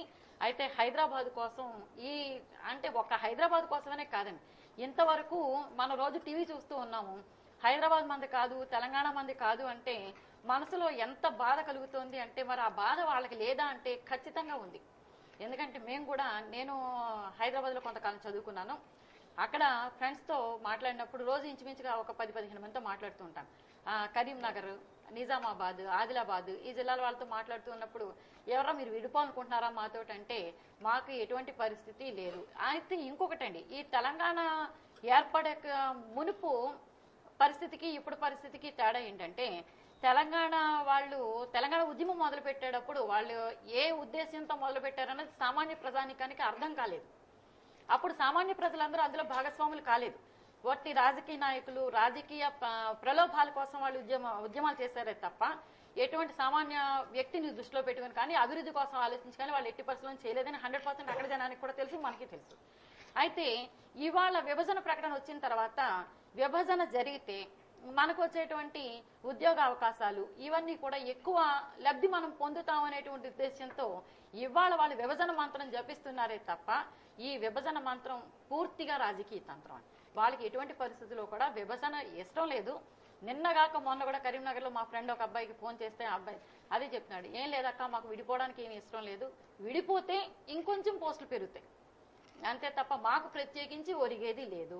ప్రతి జనం ఒక ఆ అబ్బాయి చెప్పిన మాటే కాదు, ప్రతి వ్యక్తి కూడా అక్కడ అనేది అదొకటే. ఉద్యోగాలకండి లేకపోతే రాజకీయ నిరుద్యోగులకా? రాజకీయ నిరుద్యోగులకి అవకాశాలు పెరుగుతాయి. అది అదే మనందరికీ తెలిసింది. అంటే చదువుకున్న వ్యక్తి ఏం ఆలోచిస్తాడంటే అండి, కోటా ఉంది కదా ఈ రోజు, అంటే నాన్ లోకల్ కోటాలో వచ్చేవాళ్ళు తర్వాత పర్సంటేజ్లు ఇవన్నీ కూడా ఎక్కువ పెరుగుతాయి అని చెప్పేసి వీళ్ళు ఆలోచిస్తారు. అది ఈ మధ్య కాలం దాదాపు విభజన జూలై 30 తర్వాత ప్రకటన జరిగిన తర్వాత వీళ్ళలో వచ్చినటువంటి మార్పు తప్ప జూలై 30 మునుపు మాత్రం వాళ్ళల్లో ఎటువంటి అంటే వాళ్ళు గనక రాష్ట్రం ఏర్పాటు చేసుకుంటే ఒక అసెంబ్లీ ఏర్పడుతుంది, దానికి ఒక స్పీకరు, ఒక ముఖ్యమంత్రి, కొంతమంది మంత్రులు వీళ్ళందరూ వస్తారు. మీరు అన్నట్లుగా రాజకీయ ఉద్యోగాలు పెరుగుతాయి, అది రాజకీయ ఏర్పాటు అంతే తప్ప విభజన అనేది ఎవరు సామాన్య ప్రజలు కోరుకోవట్లేదు. నిన్నగా ఒక 10-15 రోజుల క్రితం నుంచి ఒక టాక్ వస్తుంది, ప్రజల యొక్క మనోభావాలకు అనుగుణంగా చేయండి, అతీతంగా చేయొద్దు అని. అంటే అటు ప్రాంతాల వాళ్ళని ఇటు ప్రాంతాల వాళ్ళని కూడా కూర్చోబెట్టండి. అంటే మీరు ఇందాక అన్నారు కదండి చర్చలకు పిలవండి అని. చర్చలకు ఎటువంటి పరిస్థితుల్లోనూ వచ్చే అవకాశం లేదు సార్ వాళ్ళు. ఎందుకంటే రాకుండా అడ్డుకునేది తెలంగాణ వాళ్ళు అడ్డుకుంటారు. ఎందుకంటే ఖచ్చితంగా సామాన్య ప్రజలను కూర్చోబెడితే ఖచ్చితంగా చెప్తాడు. ఒక 4 రోజుల క్రితం అటువైపు వెళ్ళేటువంటి ట్రైన్లో లైవ్ ప్రోగ్రామ్ వచ్చింది. ట్రైన్లో వెళ్ళే వాళ్ళని షూటింగ్ తీసుకొచ్చారు. గోదావరి ఎక్స్ప్రెస్, పల్నాడు ఎక్స్ప్రెస్లో లైవ్ షో చూపించాడు.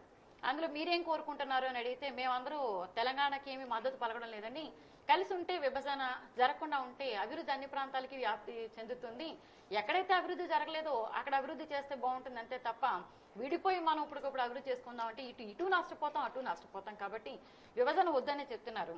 అయితే ఇంకొకటండి, ఒక 3-4 డేస్ బ్యాక్ ఒక పేపర్లో ఒక ఫ్లెక్సీ ఒకటి పడింది. ఏంటంటే రాయలసీమ నుంచి ఏమో మసాలా దినుసులు, ఇటువైపు నుంచి రైసు, ఇంకో ఏరియా నుంచి ఏమో ఇంకొన్ని పదార్థాలు తీసుకొచ్చి తెలంగాణ వాడు వంట పాత్ర తీసుకొచ్చాట. అన్ని కలిపి వంట చేస్తే వంటంతా తయారైన తర్వాత నాదే కదా, బిర్యానీ అంతా నాదే కదా అని పట్టుకుపోయినట్లుంది. అది చాలా ఖచ్చితంగా అందరికీ కనిపించేది. మరి ఇవాళ ప్రతి సాధారణ వ్యక్తికి కూడా అర్థమయ్యేటువంటి విషయం అధిష్టానానికి అర్థమైంది. ఇందాక అర్థం కాలేదని అనుకోకర్లేదు, మనం ఖచ్చితంగా అర్థమైంది. కానీ వెనకడుగు వేయలేక ముందడుగు వేయలేక కొట్టుమిట్టాడుతుంది. అందుకే ఈ మధ్యలో చిచ్చు పెట్టమని చెప్తుందేమో అని కూడా అనిపిస్తుంది. ఈ నాయకుల యొక్క వ్యాఖ్యలు విన్నప్పుడు మనకి ఖచ్చితంగా అలాగే అనిపిస్తూ ఉంటుంది. అంటే వీళ్ళలో ఒకటి మాత్రం వాస్తవం ఏంటంటే సార్, రెచ్చగొట్టే కొద్దీ ఉద్యమం పెరుగుతుందే తప్ప అణచలేరు. ప్రజలు ఎలా అప్రమత్తంగా ఉండాలి ఈ దశలో? ప్రజలు అప్రమత్తంగా అంటే ఆల్రెడీ అప్రమత్తంగానే ఉన్నారండి. ఎట్టి పరిస్థితుల్లోనూ కూడా అంటే మేము 6.5 లక్షల మంది ఉద్యమం చేస్తున్నామని అనుకోకూడదు. కొన్ని దాదాపుగా ఒక తెలుగు జాతి మొత్తం కూడా ఉద్యమంలో భాగంగానే ఉంది. అయితే అప్రమత్తంగా అంటే ఎటువంటి పరిస్థితుల్లో కూడా రాష్ట్రం విడిపోవడానికి ఎవరు ఒప్పుకోవడం లేదు. ఒకవేళ యాంటోనీ కమిటీ కానీ అంటే అప్పట్లో శ్రీకృష్ణ కమిటీ వచ్చి ఇంటింటా తిరిగి ఊరు వాడా తిరిగి ఒకవేళ డేటా కలెక్ట్ చేసుకుంది, అంటే వాళ్ళ యొక్క మనోగతాన్ని రికార్డ్ చేసుకుంది. ఒకవేళ అదే కనుక జరిగితే ఇవాళ అటు ఇటు ప్రాంతాల వాళ్ళు కూడా 100% మాకు విభజన వద్దు, సమైక్యంగానే ఉందామని చెప్తారు తప్ప అటువంటి కమిటీ రావాలి కూడా. ఎందుకంటే నాయకులు ఎటు చేయలేరు. ఎక్కడో మనం ఢిల్లీ వెళ్ళడం ఎందుకండి.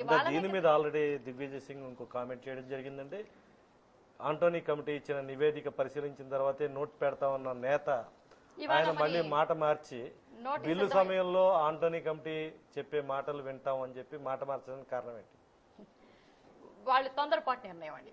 ఎందుకంటే ఎటు ఆంటోనీ కమిటీ ఏం చెప్తుంది, ఇక్కడ పరిస్థితుల వాస్తవాన్ని గమనించింది. ఎటువంటి పరిస్థితుల్లోనూ కూడా విభజన 13 జిల్లాలు విభజన కోరుకోవడం లేదు. కేవలం 10 జిల్లాలు మాత్రం వాళ్ళు కూడా కోరుకోవడం లేదు, కేవలం నాయకులు మాత్రమే కోరుకుంటున్నారు. కాబట్టి ఇటువంటి పరిస్థితుల్లో ఖచ్చితంగా ఆంటోనీ కమిటీ వచ్చినట్లయితే దీనికి వాళ్ళకి రివర్స్లో వస్తుందే తప్ప అనుకూలంగా మాత్రం రాదు. ఓకే అండి. పయ్యావుల కేశవ్ ఈ రోజు చేసిన కామెంట్, టీడీపీ నేత పయ్యావుల కేశవ్ చేసిన కామెంట్స్ చూసిన తర్వాత కృష్ణశాస్త్రి గారి దగ్గరికి వస్తాను మాట్లాడారు. ఆలోచన గాని ఆచరణలో గాని కనిపించడం లేదు.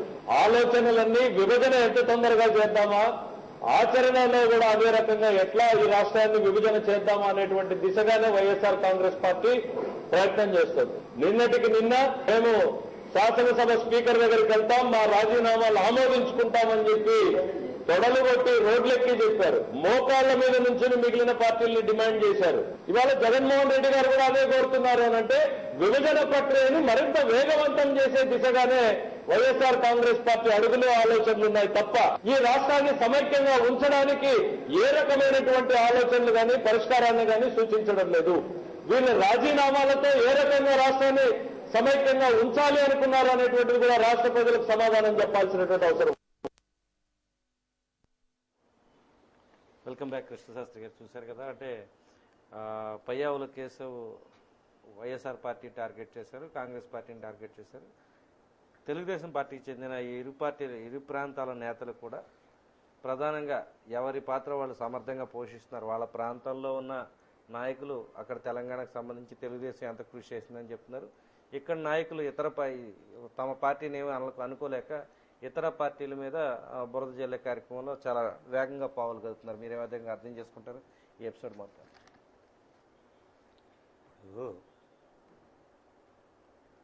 ఇప్పుడు మాట్లాడిన పయ్యావులు గారు కానివ్వండి, ఇంతకుముందు చెప్పిన వాళ్ళ అధ్యక్షులు వారి మాటలు కానివ్వండి, మధ్యలో నేను ఉన్నానంటూ చెప్పినటువంటి మన జిల్లాకు చెందినటువంటి అనుభవజ్ఞుడైనటువంటి రామకృష్ణ గారు కానివ్వండి, ఎవరు చెప్పినా ఒక వీరి పార్టీ అని కాదు, ఇంతకుముందు మాట్లాడిన వారి పార్టీ అని కాదు, అధిష్టానం ఆలోచనల మేరకు అనుసరిస్తున్నటువంటి వేరే పార్టీ కానివ్వండి, ఏ దేశ చరిత్ర చూసినా ఏమున్నది గర్వకారణం అన్నట్టుగా ఏ పార్టీ చరిత్ర చూసినా ఏమున్నది గర్వకారణం. ప్రతి పార్టీ పొత్తుల కోసం ప్రాకులాడటం, ప్రతి పార్టీ చరిత్ర పొత్తుల కోసం పాకులాడటం, పదవుల కోసం ఆరాడపడటం, భవిష్యత్తులో దాన్ని సొమ్ము చేసుకోవడం కోసం తాపత్రయపడటం. ఈ ఉద్యమానికి సంబంధించి మీరు కొన్ని గేయాలు కూడా రచించడం జరిగింది, ఏదైనా పాట పాడగలరు? తప్పకుండా.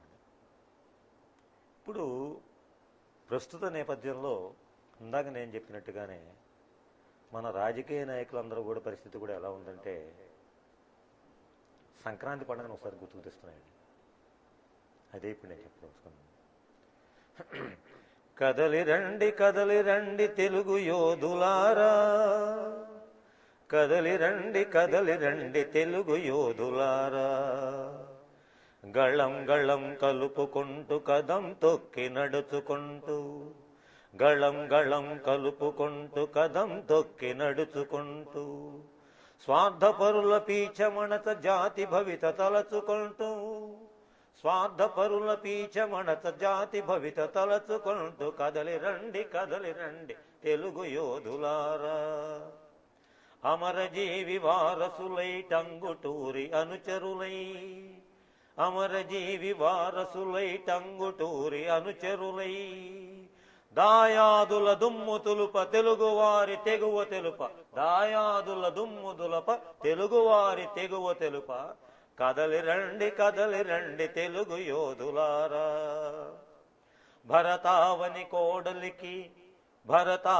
కోడలికి తలలూపే బసవన్నల, భరతావని కోడలికి తలలూపే బసవన్నల, ముకుతాడును బిగించి మన ముందుకు లాగంగా భరతావని కోడలికి తలలూపే బసవన్నల ముకుతాడును బిగించి మన ముందుకు లాగంగా కదలి రండి తెలుగు యోధులారా ప్రతి గుండె సవ్వడితో ప్రతివాదుల గుండెలదరా ప్రతి గుండె సవ్వడితో ప్రతివాదుల గుండెలదరా సమైక్యాంధ్ర నినదిస్తూ తెలుగు తల్లి సంతసిల్ల సమైక్యాంధ్ర నినదిస్తూ తెలుగు తల్లి సంతసిల్ల కదలి రండి తెలుగు యోధులారా. Thank you very much master. ఇప్పుడు రాజేశ్వర్ గారు మీరేమంటారు? రాష్ట్రం సమైక్యంగా ఉండాలంటే ఎట్లాంటి స్టెప్స్ కేంద్ర ప్రభుత్వం తీసుకోవాల్సి ఉంది? నేతల వైఖరి ఏ విధంగా ఉండాల్సిన అవసరం? పూర్తిగా మార్చుకోవాలి. నేతలు తమను గెలిపించినటువంటి ప్రజల యొక్క బాగోగులు చూడవలసిన బాధ్యత వాళ్ళపై పూర్తిగా ఉందండి. కాబట్టి వాళ్ళ వైఖరిని పూర్తిగా మార్చుకొని కేంద్ర ప్రభుత్వానికి నచ్చజెప్పి విడిపోతే ఇన్ని నష్టాలు వస్తాయి కనుక మమ్మల్ని విడగొట్టొద్దు అని ప్రాకులాడుకోనైనా సరే ఈ రాష్ట్రాన్ని సమైక్యంగా నిలబెట్టాలన్నమాట. ఆ విధంగా ఉండాలంటే ఏం చేయాలంటారు? అటు వాళ్ళ గట్టిగా పట్టుపట్టాలండి. అంటే పార్టీలు వారీగా విడిపోయి పార్టీలన్నీ కలిపి విమర్శలకి ఆరోపణలకి ప్రాధాన్యం ఇస్తున్న పరిస్థితి కనిపిస్తుంది. ఒకళ్ళ మీద ఒకళ్ళు దుయ్యబట్టుకోవడం మానాలండి. ముందు నువ్వు నన్ను అలా అన్నావు, నువ్వు నన్ను ఇలా అన్నావు, అది వదిలేయాలండి పూర్తిగా. ఉద్యమం 60 రోజుకి వచ్చింది. అదే రోజు మొదటి రోజు నుంచి అదే పరిస్థితి ఈ రోజుకి కనబడుతున్న తీరు కనబడుతుందండి. 60 రోజులు రేపటితో 60 రోజులు పూర్తి అవబోతున్నాయండి. సీమాంధ్ర ప్రాంతం కావచ్చు, తెలంగాణ ప్రాంత నాయకులు కావచ్చు, ఎవరి వైఖరిలోనూ ఏ మార్పు కనిపిస్తలేదు. కానీ మార్పు రావాలండి. 60 రోజులు అయిపోయింది కాబట్టి వాళ్ళు పూర్తిగా మారాలి. ముందొక మాట వెనకొక మాట అలా కాకుండా వాళ్ళకి మనస్సాక్షి అనేది ఉంటే తప్పకుండా వాళ్ళు మారాలి. మారి ఒకళ్ళు దుయ్యబట్టుకోవడం మాని అందరూ మన రాష్ట్రాన్ని సమైక్యంగా ఉంచుదామన్న భావనతో ఢిల్లీలో వాళ్ళు పనిచేయాలి. Okay madam. ఆనంద్ బాబు గారు మీరేమంటారు? సమయం మించిపోతుంది, చెప్పండి. ఫైనల్గా రాష్ట్రం సమైక్యంగా ఉండాలంటే ఎట్లాంటి పరిస్థితి ఉండాలి? ముఖ్యంగా జోనల్ వ్యవస్థ ఉపాధ్యాయుల మీద ఏమైనా ఎఫెక్ట్ చూపించే అవకాశం ఉందా? విభజనకి దారితీస్తే జోనల్ వ్యవస్థ అంతా కూడా రద్దయ్యే అవకాశం ఉంది. దీని ప్రభావం ఏ విధంగా పడుతుంది? అక్కడ మన ఈ ప్రాంతానికి సంబంధించిన ఉపాధ్యాయులు ఏ విధంగా సఫర్ అయ్యే అవకాశం ఉంది హైదరాబాద్?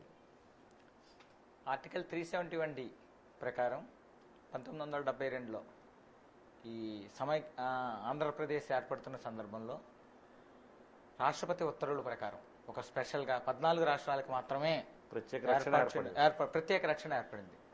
ఆర్టికల్ 370 ఇప్పుడు ప్రస్తుత పరిస్థితుల్లో ఏపీ ఎన్జీఓస్ కానీ ఉపాధ్యాయులు కానీ ముఖ్యంగా దాన్ని వైలేట్ అవుతుందనే ఉద్దేశంతోనూ ప్లస్ ప్రజాభీష్టం మేరకు ప్రజల యొక్క మనోభావాలు, సామాన్య ప్రజల యొక్క తను కూడా ఒక ప్రజల్లో భాగస్వామ్యే కాబట్టి ఈ రెండు సందర్భాలను పురస్కరించుకుని ఉద్యమానికి దిగారు.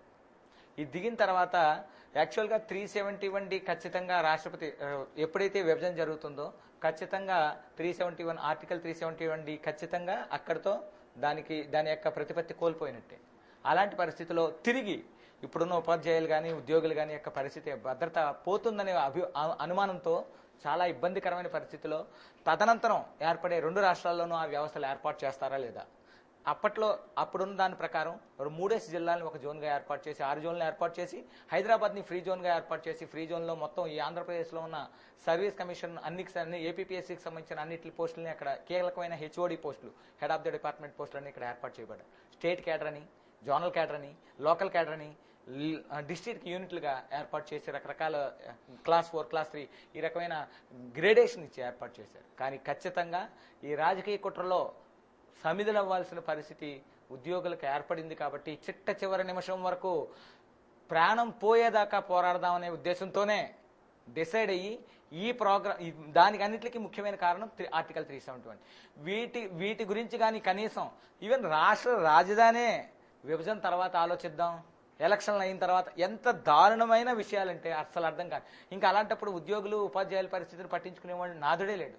ఆనందబాబు గారు, ఇప్పుడు 371Dని రద్దుపరచకుండా రాష్ట్ర విభజన సాధ్యమేనా? సాధ్యం. కొంత 2/3 మెజార్టీతో పార్లమెంట్లో గతంలో కల్పించిన రాజ్యాంగ రక్షణని వాళ్ళు రద్దు చేయాలి. రద్దు చేయకుండా ఇది సాధ్యం అవుతుందా? అసలు కోర్టులకు న్యాయస్థానాన్ని ఆశ్రయిస్తే విభజన ఖచ్చితంగా ఆగే ప్రక్రియ కదా. 371D యాక్చువల్గా గతంలో ఒక 3-4 రోజుల క్రితం, పర్టికులర్గా లాయర్ గారి పేరు తెలియదు కానీ ఆయన ఈ ప్రకటనల సందర్భంలో, టీవీలో వచ్చిన ప్రకటనల సందర్భంలో సిడబ్ల్యూసీ నిర్ణయం ప్రకారం సుప్రీంకోర్టులో కేసు వేశారు. ఈ రకమైన పరిస్థితుల దృష్ట్యా ఖచ్చితంగా ఇది తప్పు, 371 అంటే రాష్ట్రపతి ఉత్తర్వులను వ్యతిరేకించే దిశగా ఇక్కడ పరిస్థితి జరుగుతుంది కాబట్టి ఇలా విభజన జరగడానికి అసలు 371Dలోనే ఉంది, విభజనకు ఎటువంటి పరిస్థితుల్లో అవకాశం లేదని రాష్ట్రపతి యొక్క ఉత్తర్వుల్లోనే ఉంది. ఆ రకమైన పరిస్థితుల్ని పూర్తిగా వేలేట్ చేస్తూ దానికి సుప్రీంకోర్టు ప్రస్తుతం దాన్ని పిటిషన్ లెవెల్లోనే కొట్టేసేయడానికి కారణం ఏంటంటే గవర్నమెంట్ తరపు నుంచి ఏ రకమైన రాలేదు, ఒక స్టేట్మెంట్ రాలేదని. కానీ ఖచ్చితంగా తెలియజేస్తున్నాం, ఇటుపక్క ఉద్యమం చేసే మొత్తం అందరి తరపున నేను ఈ మాట క్లియర్గా తెలియజేస్తున్నాను. రేపు ప్రకటన గవర్నమెంట్ పరంగా వచ్చినప్పుడు, నోటు రిలీజ్ అయినప్పుడు అది ఇంకా కొన్ని లక్షల మంది లాయర్లు ఇదే పాయింట్ మీద సుప్రీంకోర్టులో కేసేస్తారు. వాళ్ళకి ఏ హక్కు ఉందని, ఈ రాష్ట్రాన్ని విభజించే హక్కు ఏముందనే విషయాన్ని సుప్రీంకోర్టు ద్వారా తెలియజేసుకుంటాం. Okay, thank you very much అండి. మీరు చెప్పండి దివాకర్ గారు, ఫైనల్గా సమయం ఇచ్చిపోయింది, ఫైనల్గా ఇచ్చే మెసేజ్ ఏంటి? రాజకీయ లబ్ధి కోసం ఎవరూ ప్రాకులాడకుండా ప్రజల సౌభాగ్యం కోసం రాష్ట్రం విచ్ఛిన్నంగా అవ్వకుండా సమైక్యంగా ఉంటేనే మనం అభివృద్ధి చెందుతాం అని రాజకీయ పక్షాలు అన్నీ కూడా ఏకతాటి మీద నిలబడి సిడబ్ల్యూసీకి రికమెండ్ చేస్తే తప్పనిసరిగా ఇది పార్లమెంటులో బిల్లు పెట్టే యోచన లేదు, అది మాత్రం వాస్తవం. ఇంకా మనం ఫైనల్గా చూసుకోవాల్సింది ఏంటంటే ఇప్పటికైనా కళ్ళు తెరిచి, రీసెంట్గా ఐటీఈఆర్ ఒక హబ్ హైదరాబాద్ హబ్ కింద పెట్టారు, 2 లక్షల కోట్ల రూపాయలు ఇన్వెస్ట్ చేద్దామని, 2 లక్షల కోట్లు, 60 లక్షల ఉద్యోగాలు ఇస్తామని. ఇప్పటికైనా కళ్ళు తెరిచి మన ప్రాంతీయ నాయకులు దాన్ని వికేంద్రీకరణ చేసి మిగిలిన ప్రాంతాలను కూడా డెవలప్ చేయాలనే ఉద్దేశంతో ఇప్పటికైనా కంకణం కట్టుకుని ఈ వస్తున్న ప్రాజెక్ట్ని వికేంద్రీకరణ చేసి కొంత హైదరాబాద్లోను, కొంత వైజాగ్లోను, కొంత విజయవాడలోను, కొంత తిరుపతిలోను, కొంత ఒంగోలులోను, కొంత కర్నూలులోను పెడితే మనకి అన్ని స్థాయిల్లోనూ కూడా అన్ని ప్రాంతాల వాళ్ళు కూడా లబ్ధి పొంది మనకి సెక్యూరిటీ ఉంది, మనకి సెల్ఫ్ కాన్ఫిడెన్స్ ఉంది అని చెప్పేసి ప్రతి ఒక్క ఆంధ్ర పౌరుడు కూడా నిలబడగలుగుతాడు. Okay, thank you very much అండి. సమయం మించిపోయింది. దివాకర్ గారికి, రాజేశ్వర్ గారికి ఫైనల్గా చెప్తారా? ఓకే ఓకే, ఏ సమస్య పరిష్కారానికైనా సరే పెద్ద మనిషి వాడు అన్నవాడు సంయమనం పాటించాలి. ఇక్కడ వాతావరణం చూస్తుంటే కేంద్ర స్థాయిలో కానీ రాష్ట్ర స్థాయిలో కానీ పెద్ద మనిషి పాత్ర ఎవరు పోషిస్తున్నట్టుగా కనపడతలేదు. ఆజ్యం పోస్తున్న పరిస్థితులు కనిపిస్తున్నాయి. ముందు వాళ్ళకు వాళ్ళు మారి ఈ సమస్యని పరిష్కరించాలి అన్న నిబద్ధతతో కనుక ప్రయత్నించినట్టయితే ఈ సమస్య పెద్ద సమస్య కాదు. అంటే కేవలం ఓట్ల సీట్ల కోసమే కదా ఈ గొడవ అంతా. అది ఎలా పరిష్కరిస్తారు? ఓట్లు సీట్ల కోసం అంటే ఇది నిజంగా అనకూడదు, కానీ ఒక రకంగా ఇది మంచి పరిణామం అని అనుకుంటాను. ఎందుకని మంచి పరిణామం అనుకుంటున్నాను కూడా చెప్పాల్సిన బాధ్యత నా మీద ఉంది. ఎన్నాళ్ళు ఓటేసేటప్పుడు ఏదో మన వాళ్లే, మన దగ్గర వాళ్లే అని చెప్పి ఓటేస్తున్నాం. ఇవాళ ఒక చక్కని కోర్టు జడ్జిమెంట్ వచ్చింది. ఎన్నుకున్న చేత్తోటే వాళ్ళని రికాల్ చేసేటువంటి పరిస్థితి ఇవాళ రోజున కోర్టు మనకు కనిపించింది. భవిష్యత్తులో ఎవరైనా సరే రాజకీయ నాయకుడు అన్నటువంటి వాడు ఎక్కడ రికాల్ చేస్తాడో అన్న వాతావరణం యావత్ భారతదేశానికి నాందిగా మన సమైక్యాంధ్ర ఉద్యమం పేరిట మన ఆంధ్ర రాష్ట్రంలో కల్పించబడుతుందని చెప్పి నేను సగర్వంగా చెప్పగలుగుతున్నాను. థ్యాంక్ యూ వెరీ మచ్ అండి. దివాకర్ గారికి, రాజేశ్వరి గారికి చెప్పండి. ప్రతి నాయకుడు కూడా దేశభక్తిని అలవర్చుకోవాలండి. ముందు దేశం అంటే ప్రజల్ని భక్తితో వాళ్ళ మీద అభిమానంతో గెలిపిస్తారు. వాళ్ళ ప్రజల పట్ల భక్తి ఉండాలి వాళ్ళకి. ముందు ఓటు వేసి గెలిపించిన దేవతలు, దేవుళ్ళు అని వాళ్ళు పూజిస్తూ ఉంటారు కదా, అనేస్తారు దండాలు పెట్టి. మరి అలా అన్నప్పుడు ఆ దేవుళ్ళని ఆ దేహం అనుకోవాలి. దేశం మన దేహం అని, రాష్ట్రం మన ప్రాణం అని అనుకున్నటప్పుడు తప్పకుండా సాధించగలరు వాళ్ళు. అందుకని అన్ని పార్టీలు కూడా కలిసి ఒకళ్ళ మీద ఒకళ్ళు దుయ్యబట్టుకోవడం మాని ఈ సమైక్యాంధ్ర కోసం కృషి చేయాలి. విజయలక్ష్మి గారు, మీరు కూడా 6 నిమిషాల్లో చెప్పండి. ఇది అంటే ఏ ఒక్కరికి కూడా ఆశ అనేది హద్దు ఉండాలి సార్. ఆశకి హద్దు లేకపోవడం అనే దానికి ఇవాళ ఈ సమైక్య ఉద్యమం ప్రారంభం అవడానికి మూల కారణం అదే. అయితే ఇవాళ మనందరూ అనుకున్నట్లుగానే నాయకులనే వాళ్ళు ఎంతవరకు లేకపోయినప్పటికీ కూడా ఇప్పుడు ఖచ్చితంగా ఆ భావన కలిగి ఉంటారు. రాబోయే కాలంలో ప్రజలే మనకి పాఠాలు చెప్తారనేటువంటి పరిస్థితి మన ఉద్యమం ద్వారా వెళ్ళింది కాబట్టి రాబోయే కాలంలో నాయకులు జాగ్రత్తగా ఉంటారు. మీరు తులసిదాస్ గారు లాస్ట్ కంక్లూజన్ మెసేజ్. సరే, ఇప్పటికైనా సరే విద్య, ఉద్యోగం, ఉపాధి, వ్యాపారం లేదా మరే ఇతర రంగాల్లోనైనా సరే అభివృద్ధిని అన్ని ప్రాంతాలకు సమానంగా విస్తరింపజేయడం, ఎక్కడైతే అపోహలు ఏర్పడ్డాయో ఆ అపోహలను కూర్చోబెట్టి వాస్తవాలను తెలియజేస్తే అపోహలు వాటంతటవే తొలగిపోతాయి. ఖచ్చితంగా చర్చలు జరగాలి, ప్రజలు వాస్తవాలను గమనించాలి, ఎక్కువ మంది చర్చల్లో పాల్గొవాలి. ముఖ్యంగా రైతాంగం చాలా ఖచ్చితంగా చర్చల్లో సింహభాగం వాళ్ళకి చర్చల్లో భాగస్వామ్యం కల్పించాలి. కారణం లేని పక్షంలో, ఈ చర్చలు లేని పక్షంలో విభజన జరిగితే మాత్రం ఖచ్చితంగా మరుభూమిగా మారిపోయి అన్నాంధ్రప్రదేశ్ లాంటిది మరుభూమిలా మారిపోయి ఏర్పడి ఉంది. కాబట్టి ఖచ్చితంగా చర్చల ప్రక్రియ కొనసాగించి సామాన్య ప్రజల్ని దాంట్లో ఖచ్చితంగా రైతుల్ని భాగస్వామ్యం చేయాల్సిన అవసరం ఉంది. థ్యాంక్ యూ వెరీ మచ్ అండి. అనంత్ బాబు గారికి, కృష్ణశాస్త్రి గారికి, తులసీదాస్ గారికి, జయలక్ష్మి గారికి, రాజేశ్వరి గారికి, దివాకర్ గారికి, వీరందరికీ కూడా ఛానల్ తరఫున ప్రత్యేకంగా ధన్యవాదాలు తెలియజేసుకుంటూ చర్చా కార్యక్రమంలో తమ విలువైన సమయాన్ని వెచ్చించి ప్రజల్ని చైతన్యపరచడానికి, ఉద్యమాన్ని మరింత ముందుకు తీసుకువెళ్ళడానికి ఉపాధ్యాయులు దిశానిర్దేశం చేసినందుకు ప్రత్యేకంగా వీళ్ళందరినీ కూడా అభినందిస్తూ ఇంతటితో ఈ చర్చా కార్యక్రమం ముగిస్తున్నాం. రేపు మరో బృందంతో సమైక్య గళం వినిపించే ప్రయత్నం చేద్దాం. అంతవరకు ముగిద్దాం మనం. నమస్కారం.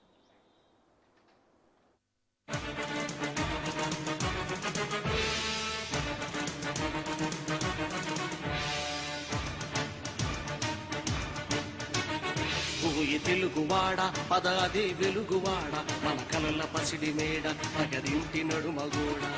ఓయి తెలుగువాడ పదాది వెలుగువాడ మన కలల పసిడి మేడ పగదింటి నడుమగోడ.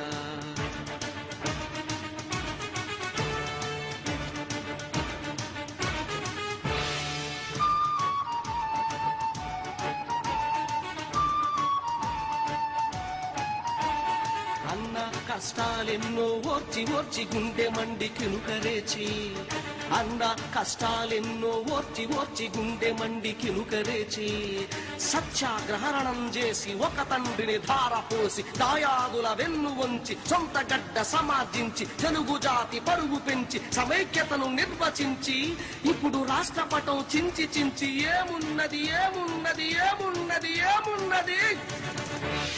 ఓయి తెలుగువాడ పదాది వెలుగువాడ మన కలల పసిడి మేడ ప్రగడింటి నడుమగోడ.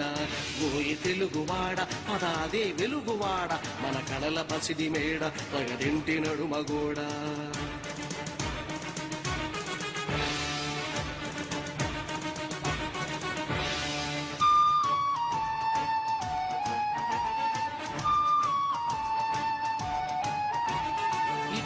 ఓ సోదరుడా ఓ నా చెలికాడా, ఇటురా ఓ సోదరుడా ఓ నా చెలికాడా, మనది ఈ పెద్ద చెట్టు ఈ చల్లని నీడ, మనది ఈ పెద్ద చెట్టు ఈ చల్లని నీడ. ఆంధ్రసీమ తెలంగాణ ఒక్కొక్కటొక ఊడ, ప్రతి ఊరు ప్రతి పల్లె తెలుగు చెట్టు కాడ. పట్టించామనుకో ఇప్పుడు వేరుపాటు చీడ, ఇంకేమున్నది ఏమున్నది ఏమున్నది ఏమున్నది. ఓయి తెలుగువాడ పదాది వెలుగువాడ మన కలల పసిడి మేడ ప్రగడింటి నడుమగోడ. ఓయి తెలుగువాడ పదాది వెలుగువాడ మన కలల పసిడి మేడ తగదింటి నడుమగోడ.